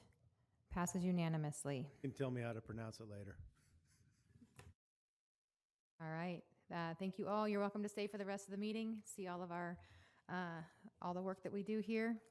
We're going to move on to item 7.1, which is the city manager's report. Good evening again. Just one item to report. I was notified that through the press, the local paper, that the city has won 2 Best of Oakleys. So we have won the first category, Best Government Spending, Gold, for our day of service that was held in April of this year. That was a fantastic event. And then we won Oakley Parks, specifically won Nunn Wilson took silver, and Crockett took bronze. Thank you. That's awesome. Thank you so much. Then moving on to 7.2, which is Oakley City Council reports for liaison committees, commissions, boards. Do we have anyone? Vice Mayor Henderson? Since our last meeting, I attended Iron House Sanitation District meeting. They did, with Director Morgan moving out of the area, they did a reorg.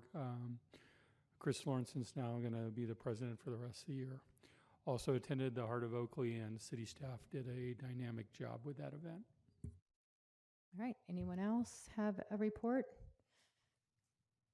Councilmember Williams? Wow, I beat Councilmember Fuller, and mine's real short today. I had a Delta Protection Commission meeting. It was a closed session to interview executive director candidates. We did make a selection pending a background check, so hopefully that we'll have a director soon. And I just want to thank the team. Heart of Oakley, I feel like gets better every single year. It was a lot of very positive feedback and just a great community event. So I really want to thank all of your hard work. Danielle held it down so well, so well. And it was just a really, great event. The weather cooperated much more than last year, and we heard nothing but very positive things. So I would like to thank the staff I know that's a huge undertaking, so thanks all. Councilmember Meadows? Since our last meeting, I attended Transplan, East County Fee and Finance Authority, the Highway 4 Bypass Authority, MCE, Heart of Oakley, CCTA, and then last week I went to Sunday through Wednesday. I went to Washington, D.C. with CCTA, and on Monday we met with Jonathan Morrison, who at the end of last week, I believe, was confirmed by the Senate as the administrator for NHTSA. We met with a guy named Dave Bender, who is with the American Council of Engineering Companies. Tuesday morning, we met with the staff from Alex Padilla's office, and we met with the staff from Senator Schiff's office. Then we met with John Garamendi, Representative John Garamendi himself. We met with, we were supposed to meet with the Deputy Assistant Secretary, Office of the Secretary, U.S. Transportation. He was in Boston, I believe. Sorry. And so we met with a woman that works there, Sabrina, and we were talking about the $166 million mega grant that CCTA was awarded last year. And we weren't sure if we were going to still get it because of the change in administrations, and we've been working on it. It's continuing through the process, but after meeting with Sabrina, she helped kick it forward a little bit more. After that, we went to Representative Mark DeSalinet's office, which was a great meeting since we've all known him forever. From there, we went and met with Jimmy Ballard, who's the Coalition's Director for Housing, Transportation, and Infrastructure Committee. And so they're working on authorization bill. So that was my trip to DC. Since our last meeting, I did attend the Freedom Homecoming game. While I was there with Rotary helping with the concession stand, I did get to go on the field and watch a little bit of the game and abandoned the other Rotarians that were cooking. From the 14th to the 17th, I was in Boston at the APTA conference for Tri-Delta Transit. I got to watch Jeannie Krieg receive her Hall of Fame award.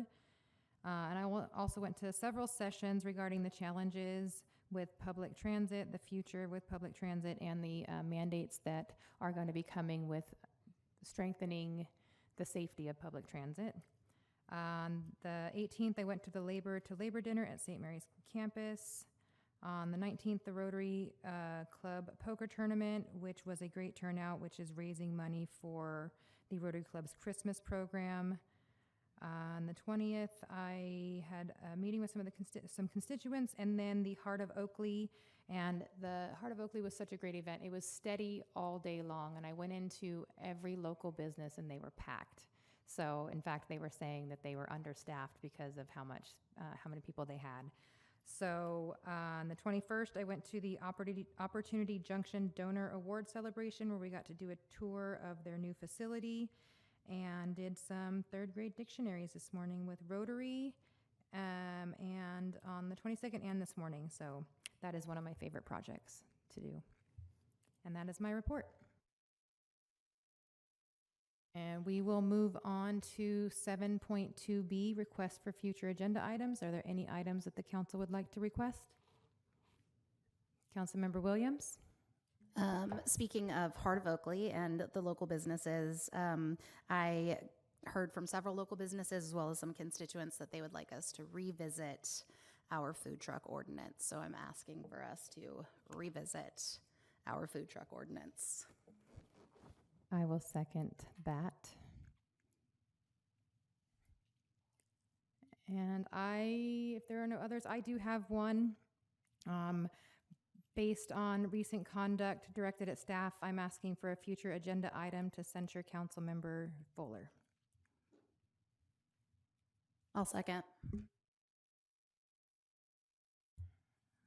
All right. And, Is there a timing for that, or what is the? I am prepared to bring forward a document as quickly as you will allow me. Well, and I ask because, ultimately the censure is a council action, not a staff action. So while staff can help you format documents and put it into the format of a resolution, we would need that to come from the author of perhaps you, Mayor. So it really would, ordinarily staff would follow up, but in this situation, it's ultimately the initiative would have to be on you or another to bring that, and then staff would put it on an agenda. Well, I was the one to ask for it, so I will be happy to author it, and I will have it to staff, to your office, as quickly as possible, and then you can let me know when it can come back on the agenda. That works. Thank you. All right, we are going to move on to our work sessions for the night. Item 8.1 is provide direction to staff regarding the acknowledgement of Indigenous land. Daniel Navarro, Assistant City Manager. Good evening, Mayor Shaw, Vice Mayor Henderson, and council members. At the May 13th, 2025 council meeting, Councilmember Fuller requested a work session on establishing a policy for acknowledging Indigenous land in Oakley, and Councilmember Williams seconded that request. Staff researched the current practice in the other cities within our county, and 2 cities formally acknowledge Indigenous land. Lafayette includes a written land acknowledgement on their city council agendas, in the city's annual budget document, and on the city's website. And the acknowledgements read out loud monthly at the beginning of the city council meeting, annually at the beginning of the first meeting of each of their 4 commissions, and at all openings of new city facilities. Pinole has a written land acknowledgement on their city council agendas, and the mayor reads that out loud at the meetings. At its April 15th, 2025 meeting, the City of Brentwood's Diversity, Equity, Belonging, and Inclusion Committee discussed adopting an official land acknowledgement, and direction was given to return to the full council with a proposal. They have not yet received that item. As of this morning, I checked in. So staff seeking direction from the council regarding whether and how to proceed on this. All right, do we have any questions from the council for Danielle? Councilmember Fuller? Yes, I asked this to come forward. It has become a norm in many public places. It is an acknowledgement of the stewardship of the land that was here and who lived on it before it became what it is today. The reason that we don't have the people, for the most part, is then the Chief Justice Hastings paid a bounty on the Native American's head. You bring them Native American head in California, and he would, I think it was $20 he would pay, and there was others. Consequently, there are no actual descendants. The last one died about 20 years ago, I think it was, of Native Americans. It was because of a genocide, a orchestrated genocide, which allowed others to come in and be colonizers and take over the land. Basically, that they were offered the land and sell and whatever, but because it was seized from the Indians and there was Native Americans, and they were beheaded and faced a genocide. And it was like the Alani were here. We'd have to go through, I think, the Alani. The Bay-Miwok was here. They moved out to the Central Valley, eventually moved out to Central Valley, and they dispersed with as the genocide went forward. So I believe it'd be important that we do acknowledge the land that was here, and that we continue to recognize their former residence on our land. All right, thank you. Anyone else at this time? Do we have any public comments on this item? Seeing none, I will bring it back to the council. I have a comment. When we're looking for some sort of acknowledgement, did you have an idea of what that was? And the reason I'm asking the question is you had said it's becoming a norm, but only 2 out of the 19 cities in Contra Costa County are doing it necessarily at meetings. Are you open to maybe a plaque or something that has an acknowledgement that would be different than what the other cities are doing? I work with the idea that it's a full statement like in the county will be received in the Contra Costa County Board of Education, the full statement, and it should be on the beginning of, on the heading of what we do on the agenda. In other words, fit therein that this is what we are, that this is what we acknowledge, and then to read it at the beginning of each meeting. Okay, do I have any other opinions? Just because there are 5 of us up here. Councilmember Williams? This one's really hard for me because sometimes it feels like an empty gesture, right? I mean, we're just reading something. I kind of actually like the idea of a plaque or something that's commemorating it because there's something that will be just beyond these meetings and just a statement. I do wish that there was more dialogue that was happening from our residents. So I think because we're not having a lot of input into this, I don't know if it's just the timing of it or whatever. I think that I don't know that I could say, yes, let's move forward with this, let's not move forward with this. I would really like there to be some sort of just more engagement with this. I don't want it to be a hollow gesture that we're just doing this in order to like feel better. I mean, we're not giving any land back to anybody. So to me, I would just like people's input on it, more people than even the 5 of us. And I haven't even had any public comments about it. I haven't had anybody emailing me about it. So it just makes me pause, like it potentially is not either the right timing for it for people, or I just don't want it to be a hollow gesture, and so that's my worry. Councilmember Fuller? Although I can commiserate with the ideas that Councilmember Williams has as to it's only a statement, that's more than what we do now. And there's been no acknowledgement up to now. So how do you just say, well, we aren't going to continue to acknowledge it because it's only an acknowledgement? It is, in academic circles, is taken in many government circles. They begin out the conversation acknowledging the lands that are on it. It's a tribute to the lands that, to the natives that did reside here, as far as I'm concerned. As far as timing,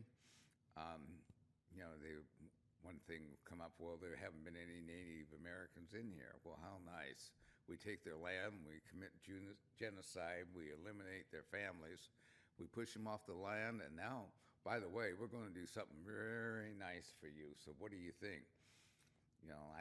I'd be pissed if somebody, or angry, I'd be angry if somebody came in my house, forced me out, killed a couple of my children, and removed me from the land, and then got a hold of me later and say, well, we're going to acknowledge it, so what do you think? That's a little bit of an insult. As far as the community is concerned, I'm looking for our conscience as well as the communities. I don't think we need a large community outpour for this to come in. I think we have to take the responsibilities ourselves and put the statement out. Whether the community wants it or not, I believe that they do want it. When I talk with people, it is. But one way or the other, we should acknowledge it and have the statement at the beginning of each meeting. Vice Mayor Henderson?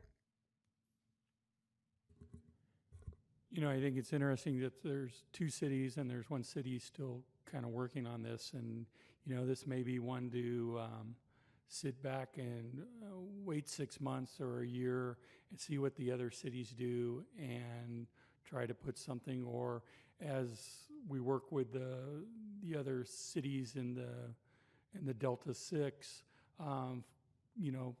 try to see where they're going and try to put something cooperative across the East County. The reason I had mentioned a plaque was somewhere, someone walking up Civic Center Plaza, read it, and then go, hey, what's this about? That could bring participation, that could bring engagement. And it's not just at our council meetings, it's something that anyone walking by would be able to see. It's just a thought. We don't have to do that. I just was trying to figure out a way, because I haven't gotten any comments on this either. So I'm open to either way. That was why I had that thought. So not really a lot of direction, is it? Okay, I'm gonna work on that. So, gentlemen over on this side, where are you at? I need to get direction. I had never even heard about anything like this until 2 weeks ago when it was mentioned as an agenda request. I don't really see the need for it. I mean, if we do anything, put a plaque somewhere. But if we're doing a plaque, I don't want some funky statement. It should be something historic about who was here. That would be it. But I don't think it's something that needs to be read at every meeting or so. All right, Vice Mayor Henderson, where are you at? I think we should wait and see what the other cities in the county are doing and then come back to us with that. Councilmember Williams? Yeah, I think that it just makes a stronger statement if there's sort of like a coalition of it. And I'm not in a place where I can speak for folks to say whether this rights the wrongs of the past. And to me, I just don't know that a statement that gets read, just like how we're reading public comment, like the instructions for public comments, to me that doesn't feel genuine. It doesn't feel like it's correcting that. So I love the idea of a plaque. I think we have lots of different places where, that would be something that's beneficial and could acknowledge what actually was in that place. So I think we pause, but I think there should be more discussion on it. I don't think it should be, we're never talking about this again. I think we need to have more discussion, but there needs to be somebody who can be the voice to say, oh yes, this is meaningful. This does mean something to me. And Councilmember Fuller, I know we got yours, but did you want to make another statement?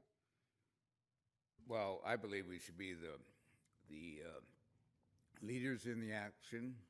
Plaques, I don't know, there's a plaque on the recreation building. I don't know how many times people read it, saying who was there and what put it in. I do take exception to it being a funky statement, as Councilmember Meadows put it. The statement came out of academia. It's a strong endorsement. It's the one that shows courage and leadership and the acknowledgement of our past residents here. So it's not really funky. I take exception to that. It's a real statement, and many people are very strongly in favor of it. So I believe we ought to do it now as a statement, and we should be the leaders, not wait for everybody else to kind of see what they're going to do. All right, let me offer this to see if this gives some direction. Can we put this as a requested item on our next Delta 6 to discuss as a regional conversation? Brentwood has had some discussion on it. That way we are talking about it. And then maybe report back when we have that. That would be kind of with Vice Mayor Henderson's suggestion, Councilmember Williams, and that's myself. So that's 3 in a direction that we can have and see what our East County cities are doing. Yep, that direction enough? All right, thanks.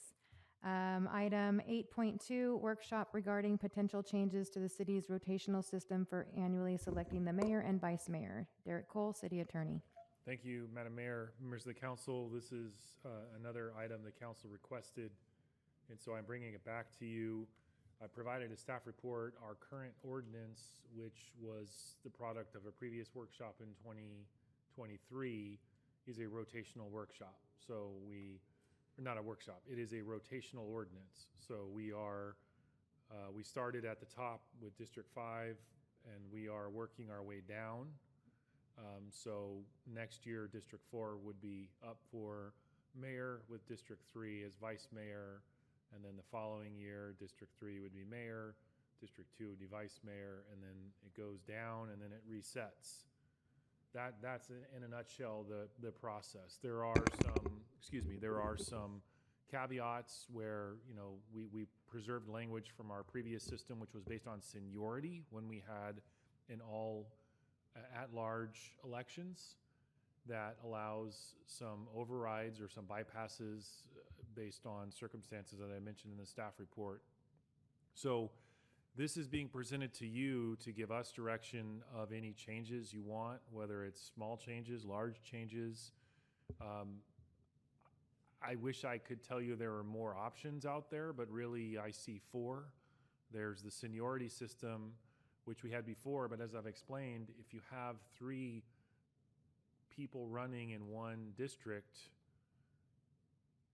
you might have someone winning with, 34% of the vote. And then if you have 2 people running in one district, someone might get, 60% of the vote versus 40% to the second, to the runner-up, and that's a 20-point swing.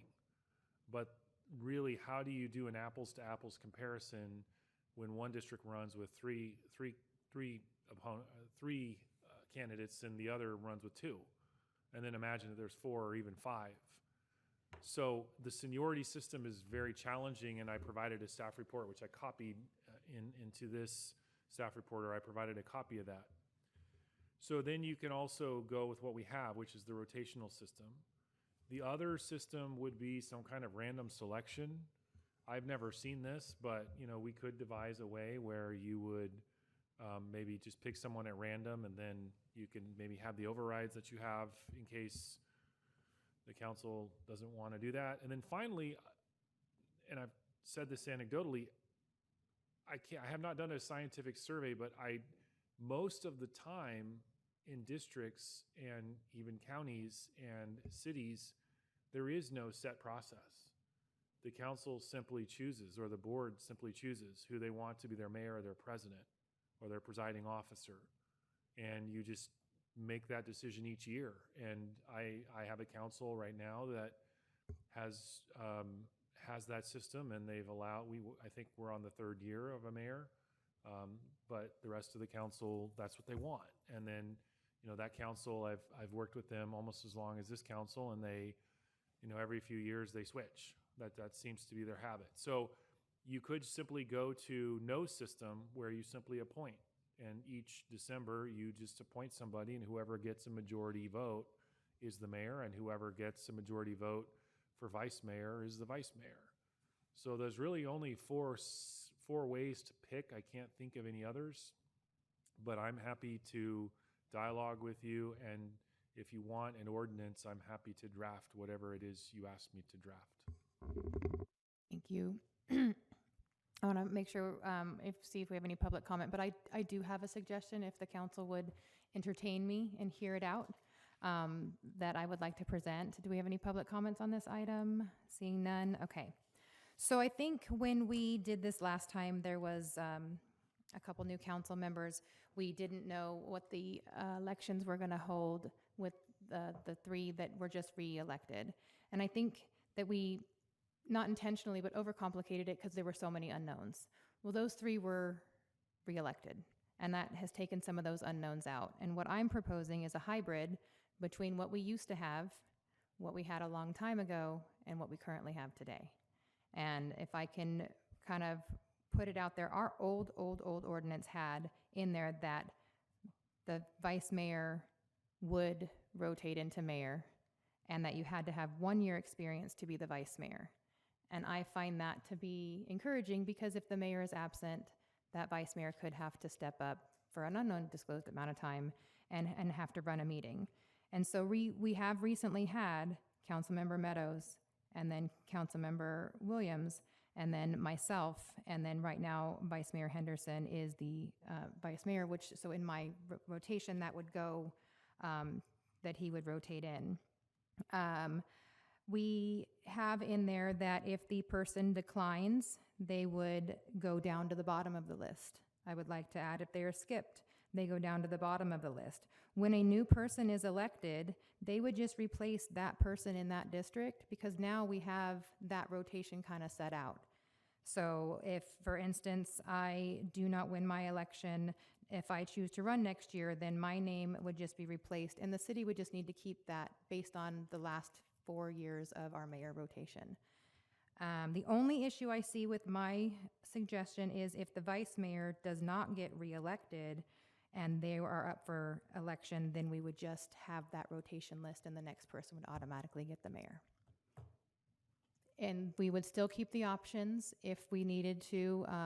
I want to keep those in, that if for some reason the council does not want to go with that rotation, we have the reasons to skip. Does that make sense? It's registering. Can you give me can you run that by me one more time just so I can write it From down? top to bottom? All right. So vice mayor would rotate into mayor. In order for the vice mayor to be the next vice mayor, they need at least 1 year experience. I would like that rule put in. Currently, in our most recent mayor rotation, we had Councilmember Meadows and then Councilmember Williams. I am currently mayor myself, and then Hugh Henderson as vice mayor would be rotating into mayor, and then Councilmember Fuller. I would like in there that if they choose to not take it because they are too busy, the way it's written in our ordinance now, that they would be moved to the bottom of the list. If they are skipped, they would be moved to the bottom of the list. And when a new person is elected, they would just replace the current person that they are replacing on the dais, and the city would just keep that rotation in place the way we used to when it was done as a popularity vote, when we were all when they were all at large, because I've never been at large. And then I'll open it up to the rest of the council for questions. Are you good? I think I understand it, but I can always follow up with you. Okay. Councilmember Fuller? Yes, not only here, but in others, is using this type of system, and the system becomes weaponized. I think the system that comes out more, if you're not using me, but you use others, involves the time that Mr. Montgomery received a $300,000 bonus by having his short deducted. Okay, so what, this is not related to this topic? Yes, it is. It is not. No, References no, to our you prior, don't want to talk no. about it because you approved it. References to our prior city manager are not relevant to the rotation for mayor. She's been referencing the whole time, Mr. Cole. Okay, so what is we can take a break. We can take a break. What is your comment about the rotation system, Councilmember Fuller? Let's stick to that. She's called a break. If we're going to continue this, we are going to call a break. If you guys are going to be not talking over each other, then we can continue. So if there is a reference to the rotation, otherwise we need to move on. Yes, it was the rotation. And the system became weaponized, and Mr. Cole is well aware of it because he was in that closed session and approved it. Randy Pope went to the district attorney, and much to the embarrassment of everybody, they had to cancel it and put it in.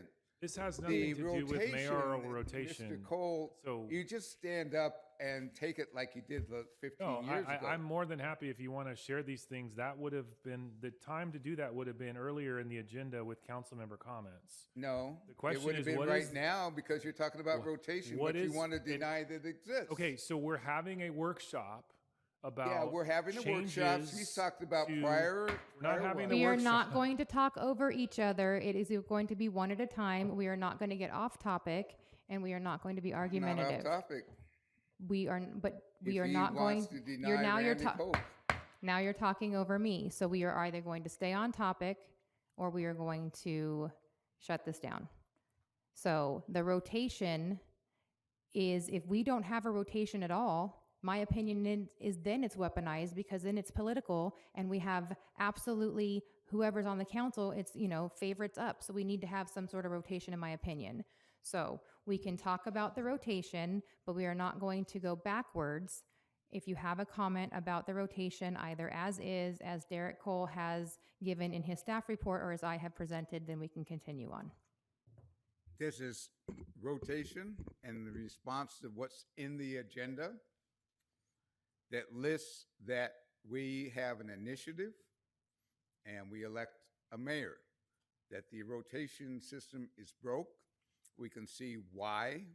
Mr. Cole is very sensitive, doesn't want to talk about it. I'm talking about rotation. I'm talking about what the people want. They don't like our system. They haven't liked our system. They've said they don't like our system. Need to put it up to an initiative and let them decide what they desire. A mayor with 4 districts, I believe, would be the idea. But you put it up as an initiative and let them decide, because nobody here, including Mr. Cole, is not going to give up our rotation. An elected mayor versus a rotation mayor is not on the agenda tonight. Yes, it is. No, the elected mayor is a completely different subject. It is how we choose to do our rotation based on this council's vote to have 5 districts with a rotating mayor. That is what we are discussing tonight. That would have to be completely changed and redistrict if we were going to talk about an elected mayor. That is not what we are discussing tonight. So the rotation as follows with 5 districts is what we are discussing tonight. And I will add. It was on the agenda there. So yeah, the reason I see where Councilmember Fuller is going with this, I did reference that as a statement of what I felt was not before the council. But Councilmember Fuller, a suggestion to you, if you want to propose an elected mayor, the city next door has an elected mayor, and for 4 council districts, you can propose that at the next meeting when we get to requests for future agenda items. So I just want to be clear, if that's something you want to pursue as a council member, you have a method for presenting that to your peers. And then if you get one additional person, then we can explore that through a workshop, or we can explore the potential for an initiative. Well, I appreciate the offer, but I still remember reading that Ms. Navarro put up in the staff report that we do have an initiative that would come out from the vote of the people and elected the mayors. So I'm still for that.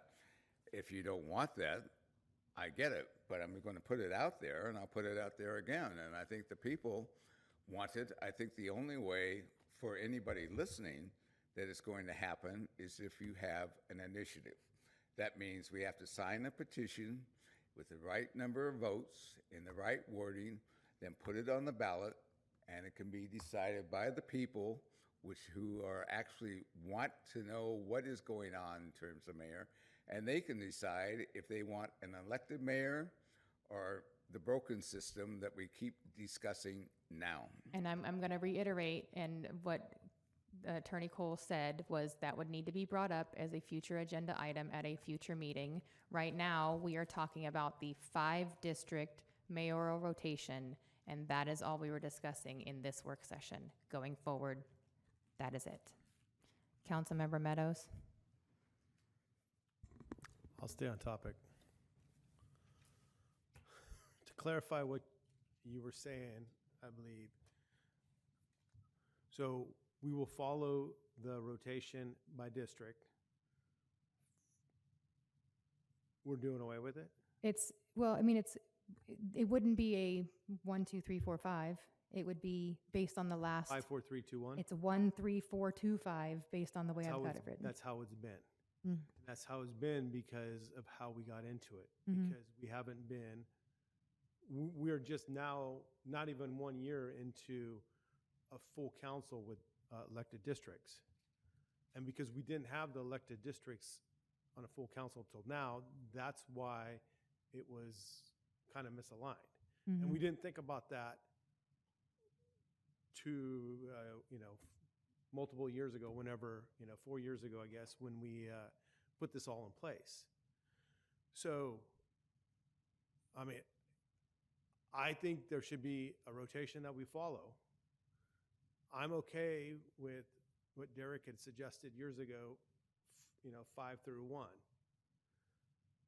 I would like to see Vice Mayor Henderson in there next year. But if we're following it, then that means District 1, which is me, follows Vice Mayor Henderson. Right, and then we're on that system. And everything else you said, I'm good with. I mean, if they don't have the seniority, or if I'm for whatever reason not in that position, then it's skipped to 5, maybe, or 4. so yeah, my goal was also, Vice Mayor Henderson is Vice Mayor now, going into that next one. I was just kind of going backwards based on the last 3 to 4 years on the history, and making sure then we are having that, and then taking away the district number specifically and going based on the history of what we've had. Well, and Same thing. I mean, it's Councilmember Williams and I mean, we didn't go by district. We just went by our election in 20. So right. A suggestion, Mayor, we could just do a simple recalibration. In other words, 3 of you have served, 1 of you was up, and sorry to dredge up maybe bad memories, but that person was bypassed.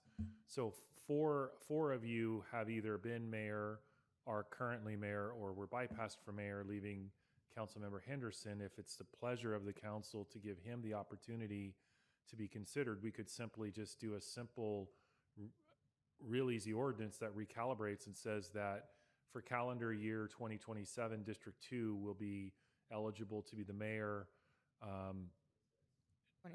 26. And that way, all 5 of you, as after next year, will either have been mayor or have had the opportunity to have your district be mayor, and then we can recalibrate. So that would put, if we did that, that would make Councilmember Councilmember Meadows mayor. It's kind of a seashells or whatever by the seashore. Mayor in 2027, and then it would, and so you could just do something real simple like that to try to address the current situation. Because I think Councilmember Meadows is correct. This is the first group, and you had a stagger where 2 of you came in on districts while 3 of you finished out at-large terms, and then 3 of you moved to districts. And so we're just cycling through the first districts. But if you did it that way, then, we could just move it to District 2 and then do the rotation from there. But that's just one suggestion. Councilmember Williams? Forgot I had it pushed, I'm not gonna lie. But so what would then, so we recalibrate, then what's the order? So if we did that, if we just did a simple recalibration and we said, okay, we're going to run District 2 as mayor in 2026, then in 2027, it's District 1, then in 2028, it goes back to District 5, then in 2029, it goes to District 4, in 2030, it goes to District 3, and that completes one cycle. And then from there, it starts again at 2, 1, 5, 4, 3. And I guess I was just trying to, I'm mayor now, right? And Councilmember Williams, Councilmember Meadows, they were previous to me, and I was trying to figure out a way that it would keep because we have had the 3 just recently reelected, it would keep that rotation, and I wouldn't technically be bumped up again before one of them. I just was trying to think of it in an all fairness. And I guess we need to give direction and let you know what we want. So we've heard from a few. Vice Mayor Henderson, you know I love to make you talk.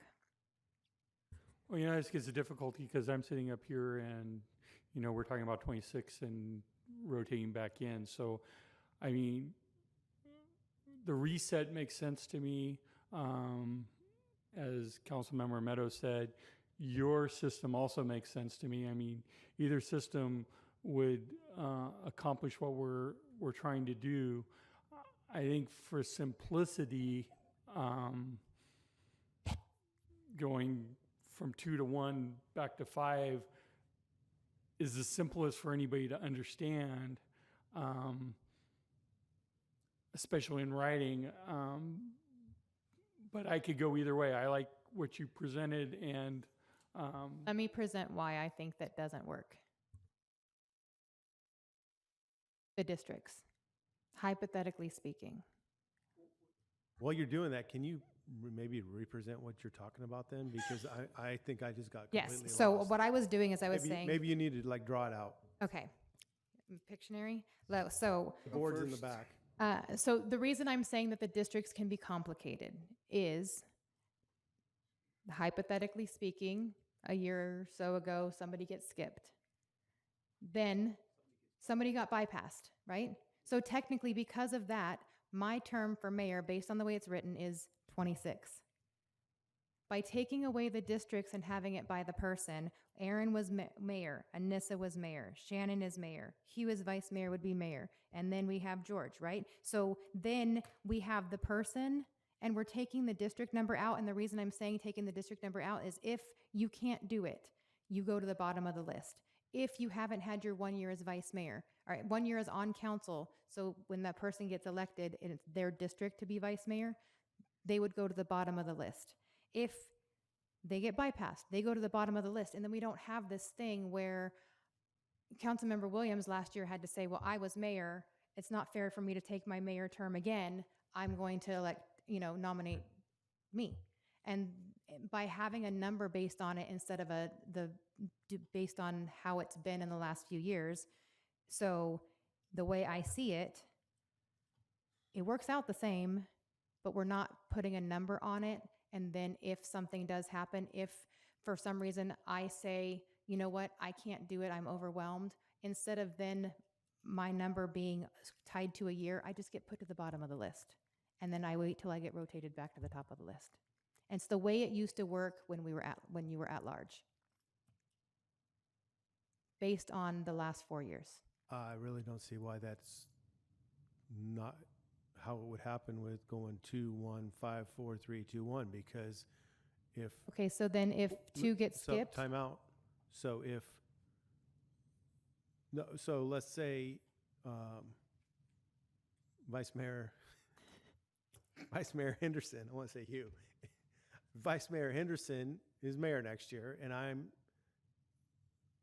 vice mayor, but I decide I'm not going to be here anymore, then, and you got to reappoint somebody, then it should go to 5 or 4, depending on, but it should go to 5, and then the council makes that decision, and if that doesn't work, it goes to 4. See, I say you go through that rotation.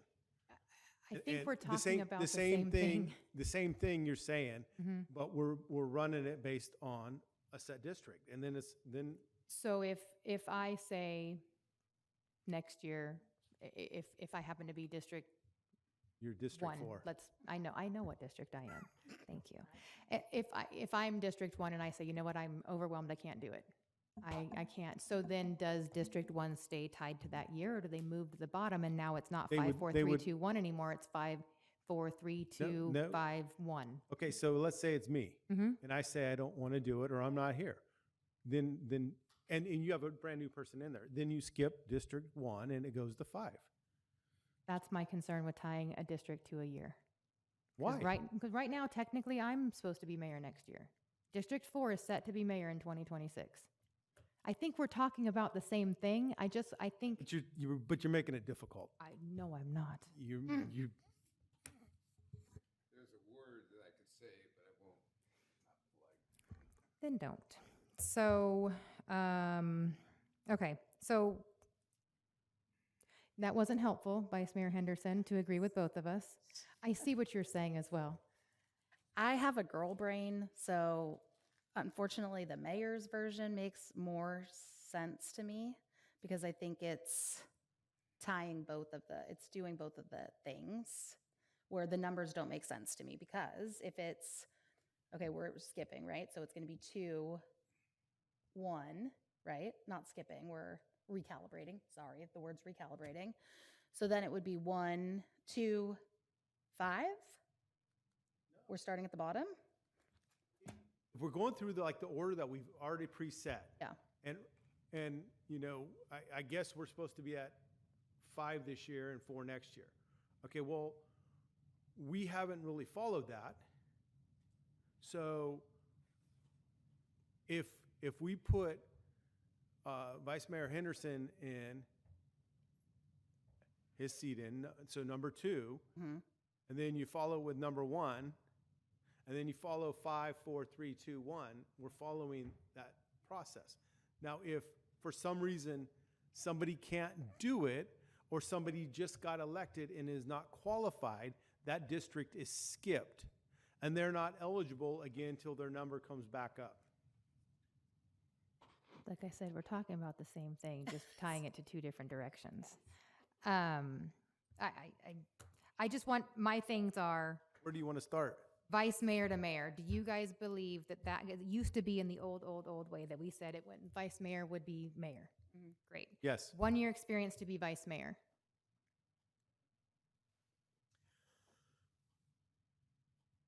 It used to be in the old one too. There may be issues though. I mean, we could have so the 3 of us got elected in 20, and if that was, moving forward, if that happened, I mean, if it happened in 28, how does that affect the time frame that we've served to go into Vice Mayor?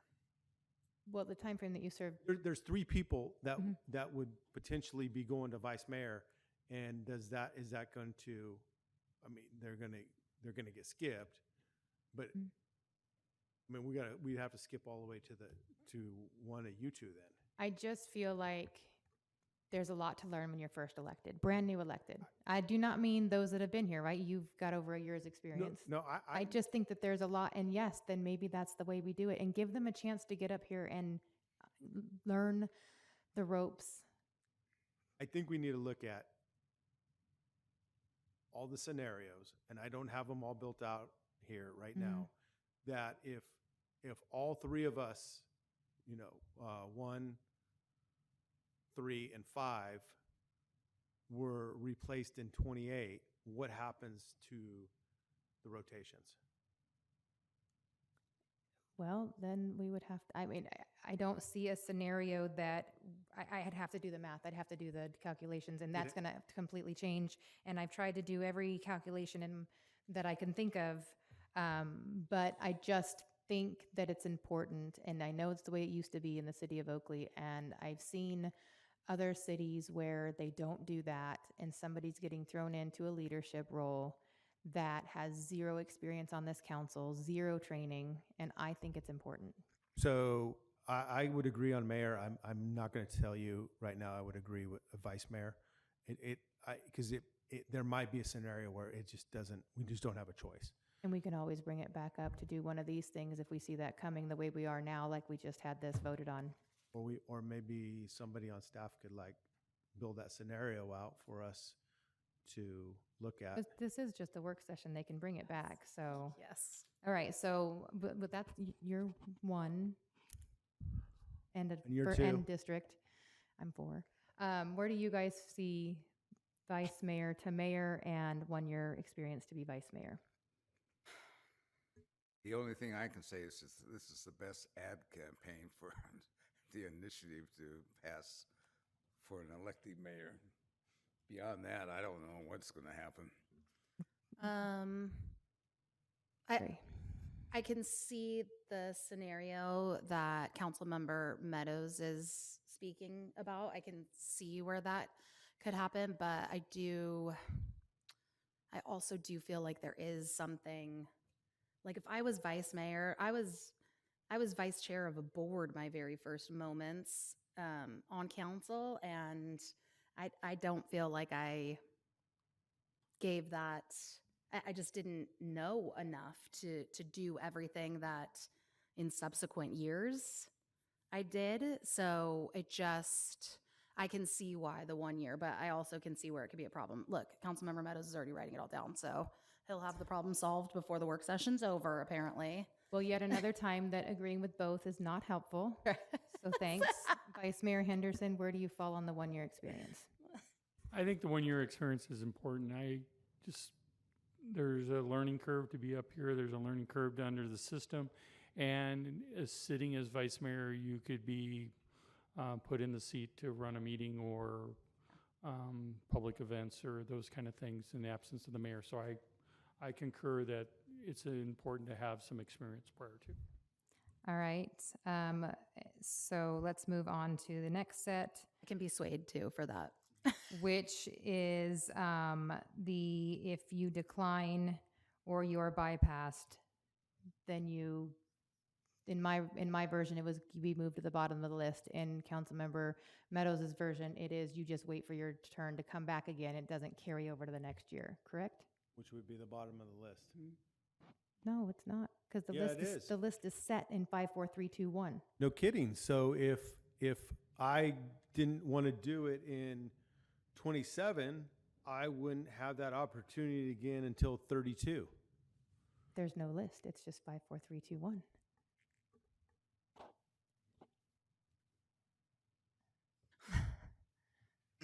Okay, so same scenario. Are you guys okay with those two triggering that it doesn't just then carry to the next year? Goes to the bottom. Yes. Councilmember Fuller? Like I said, I'm just for the initiative to get an elected mayor. Otherwise, go ahead with what you want to do. I'll vote no. It's very helpful. Okay, so is that enough direction? Can we get kind of both versions? And this being a work session, can we look at I'll provide an ordinance. Do you want me to do an introduction and then just provide two versions?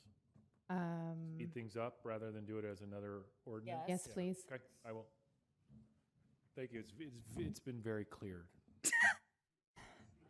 All right. So, and there is no vote to vote no on, just because it is a work session. So, that being said,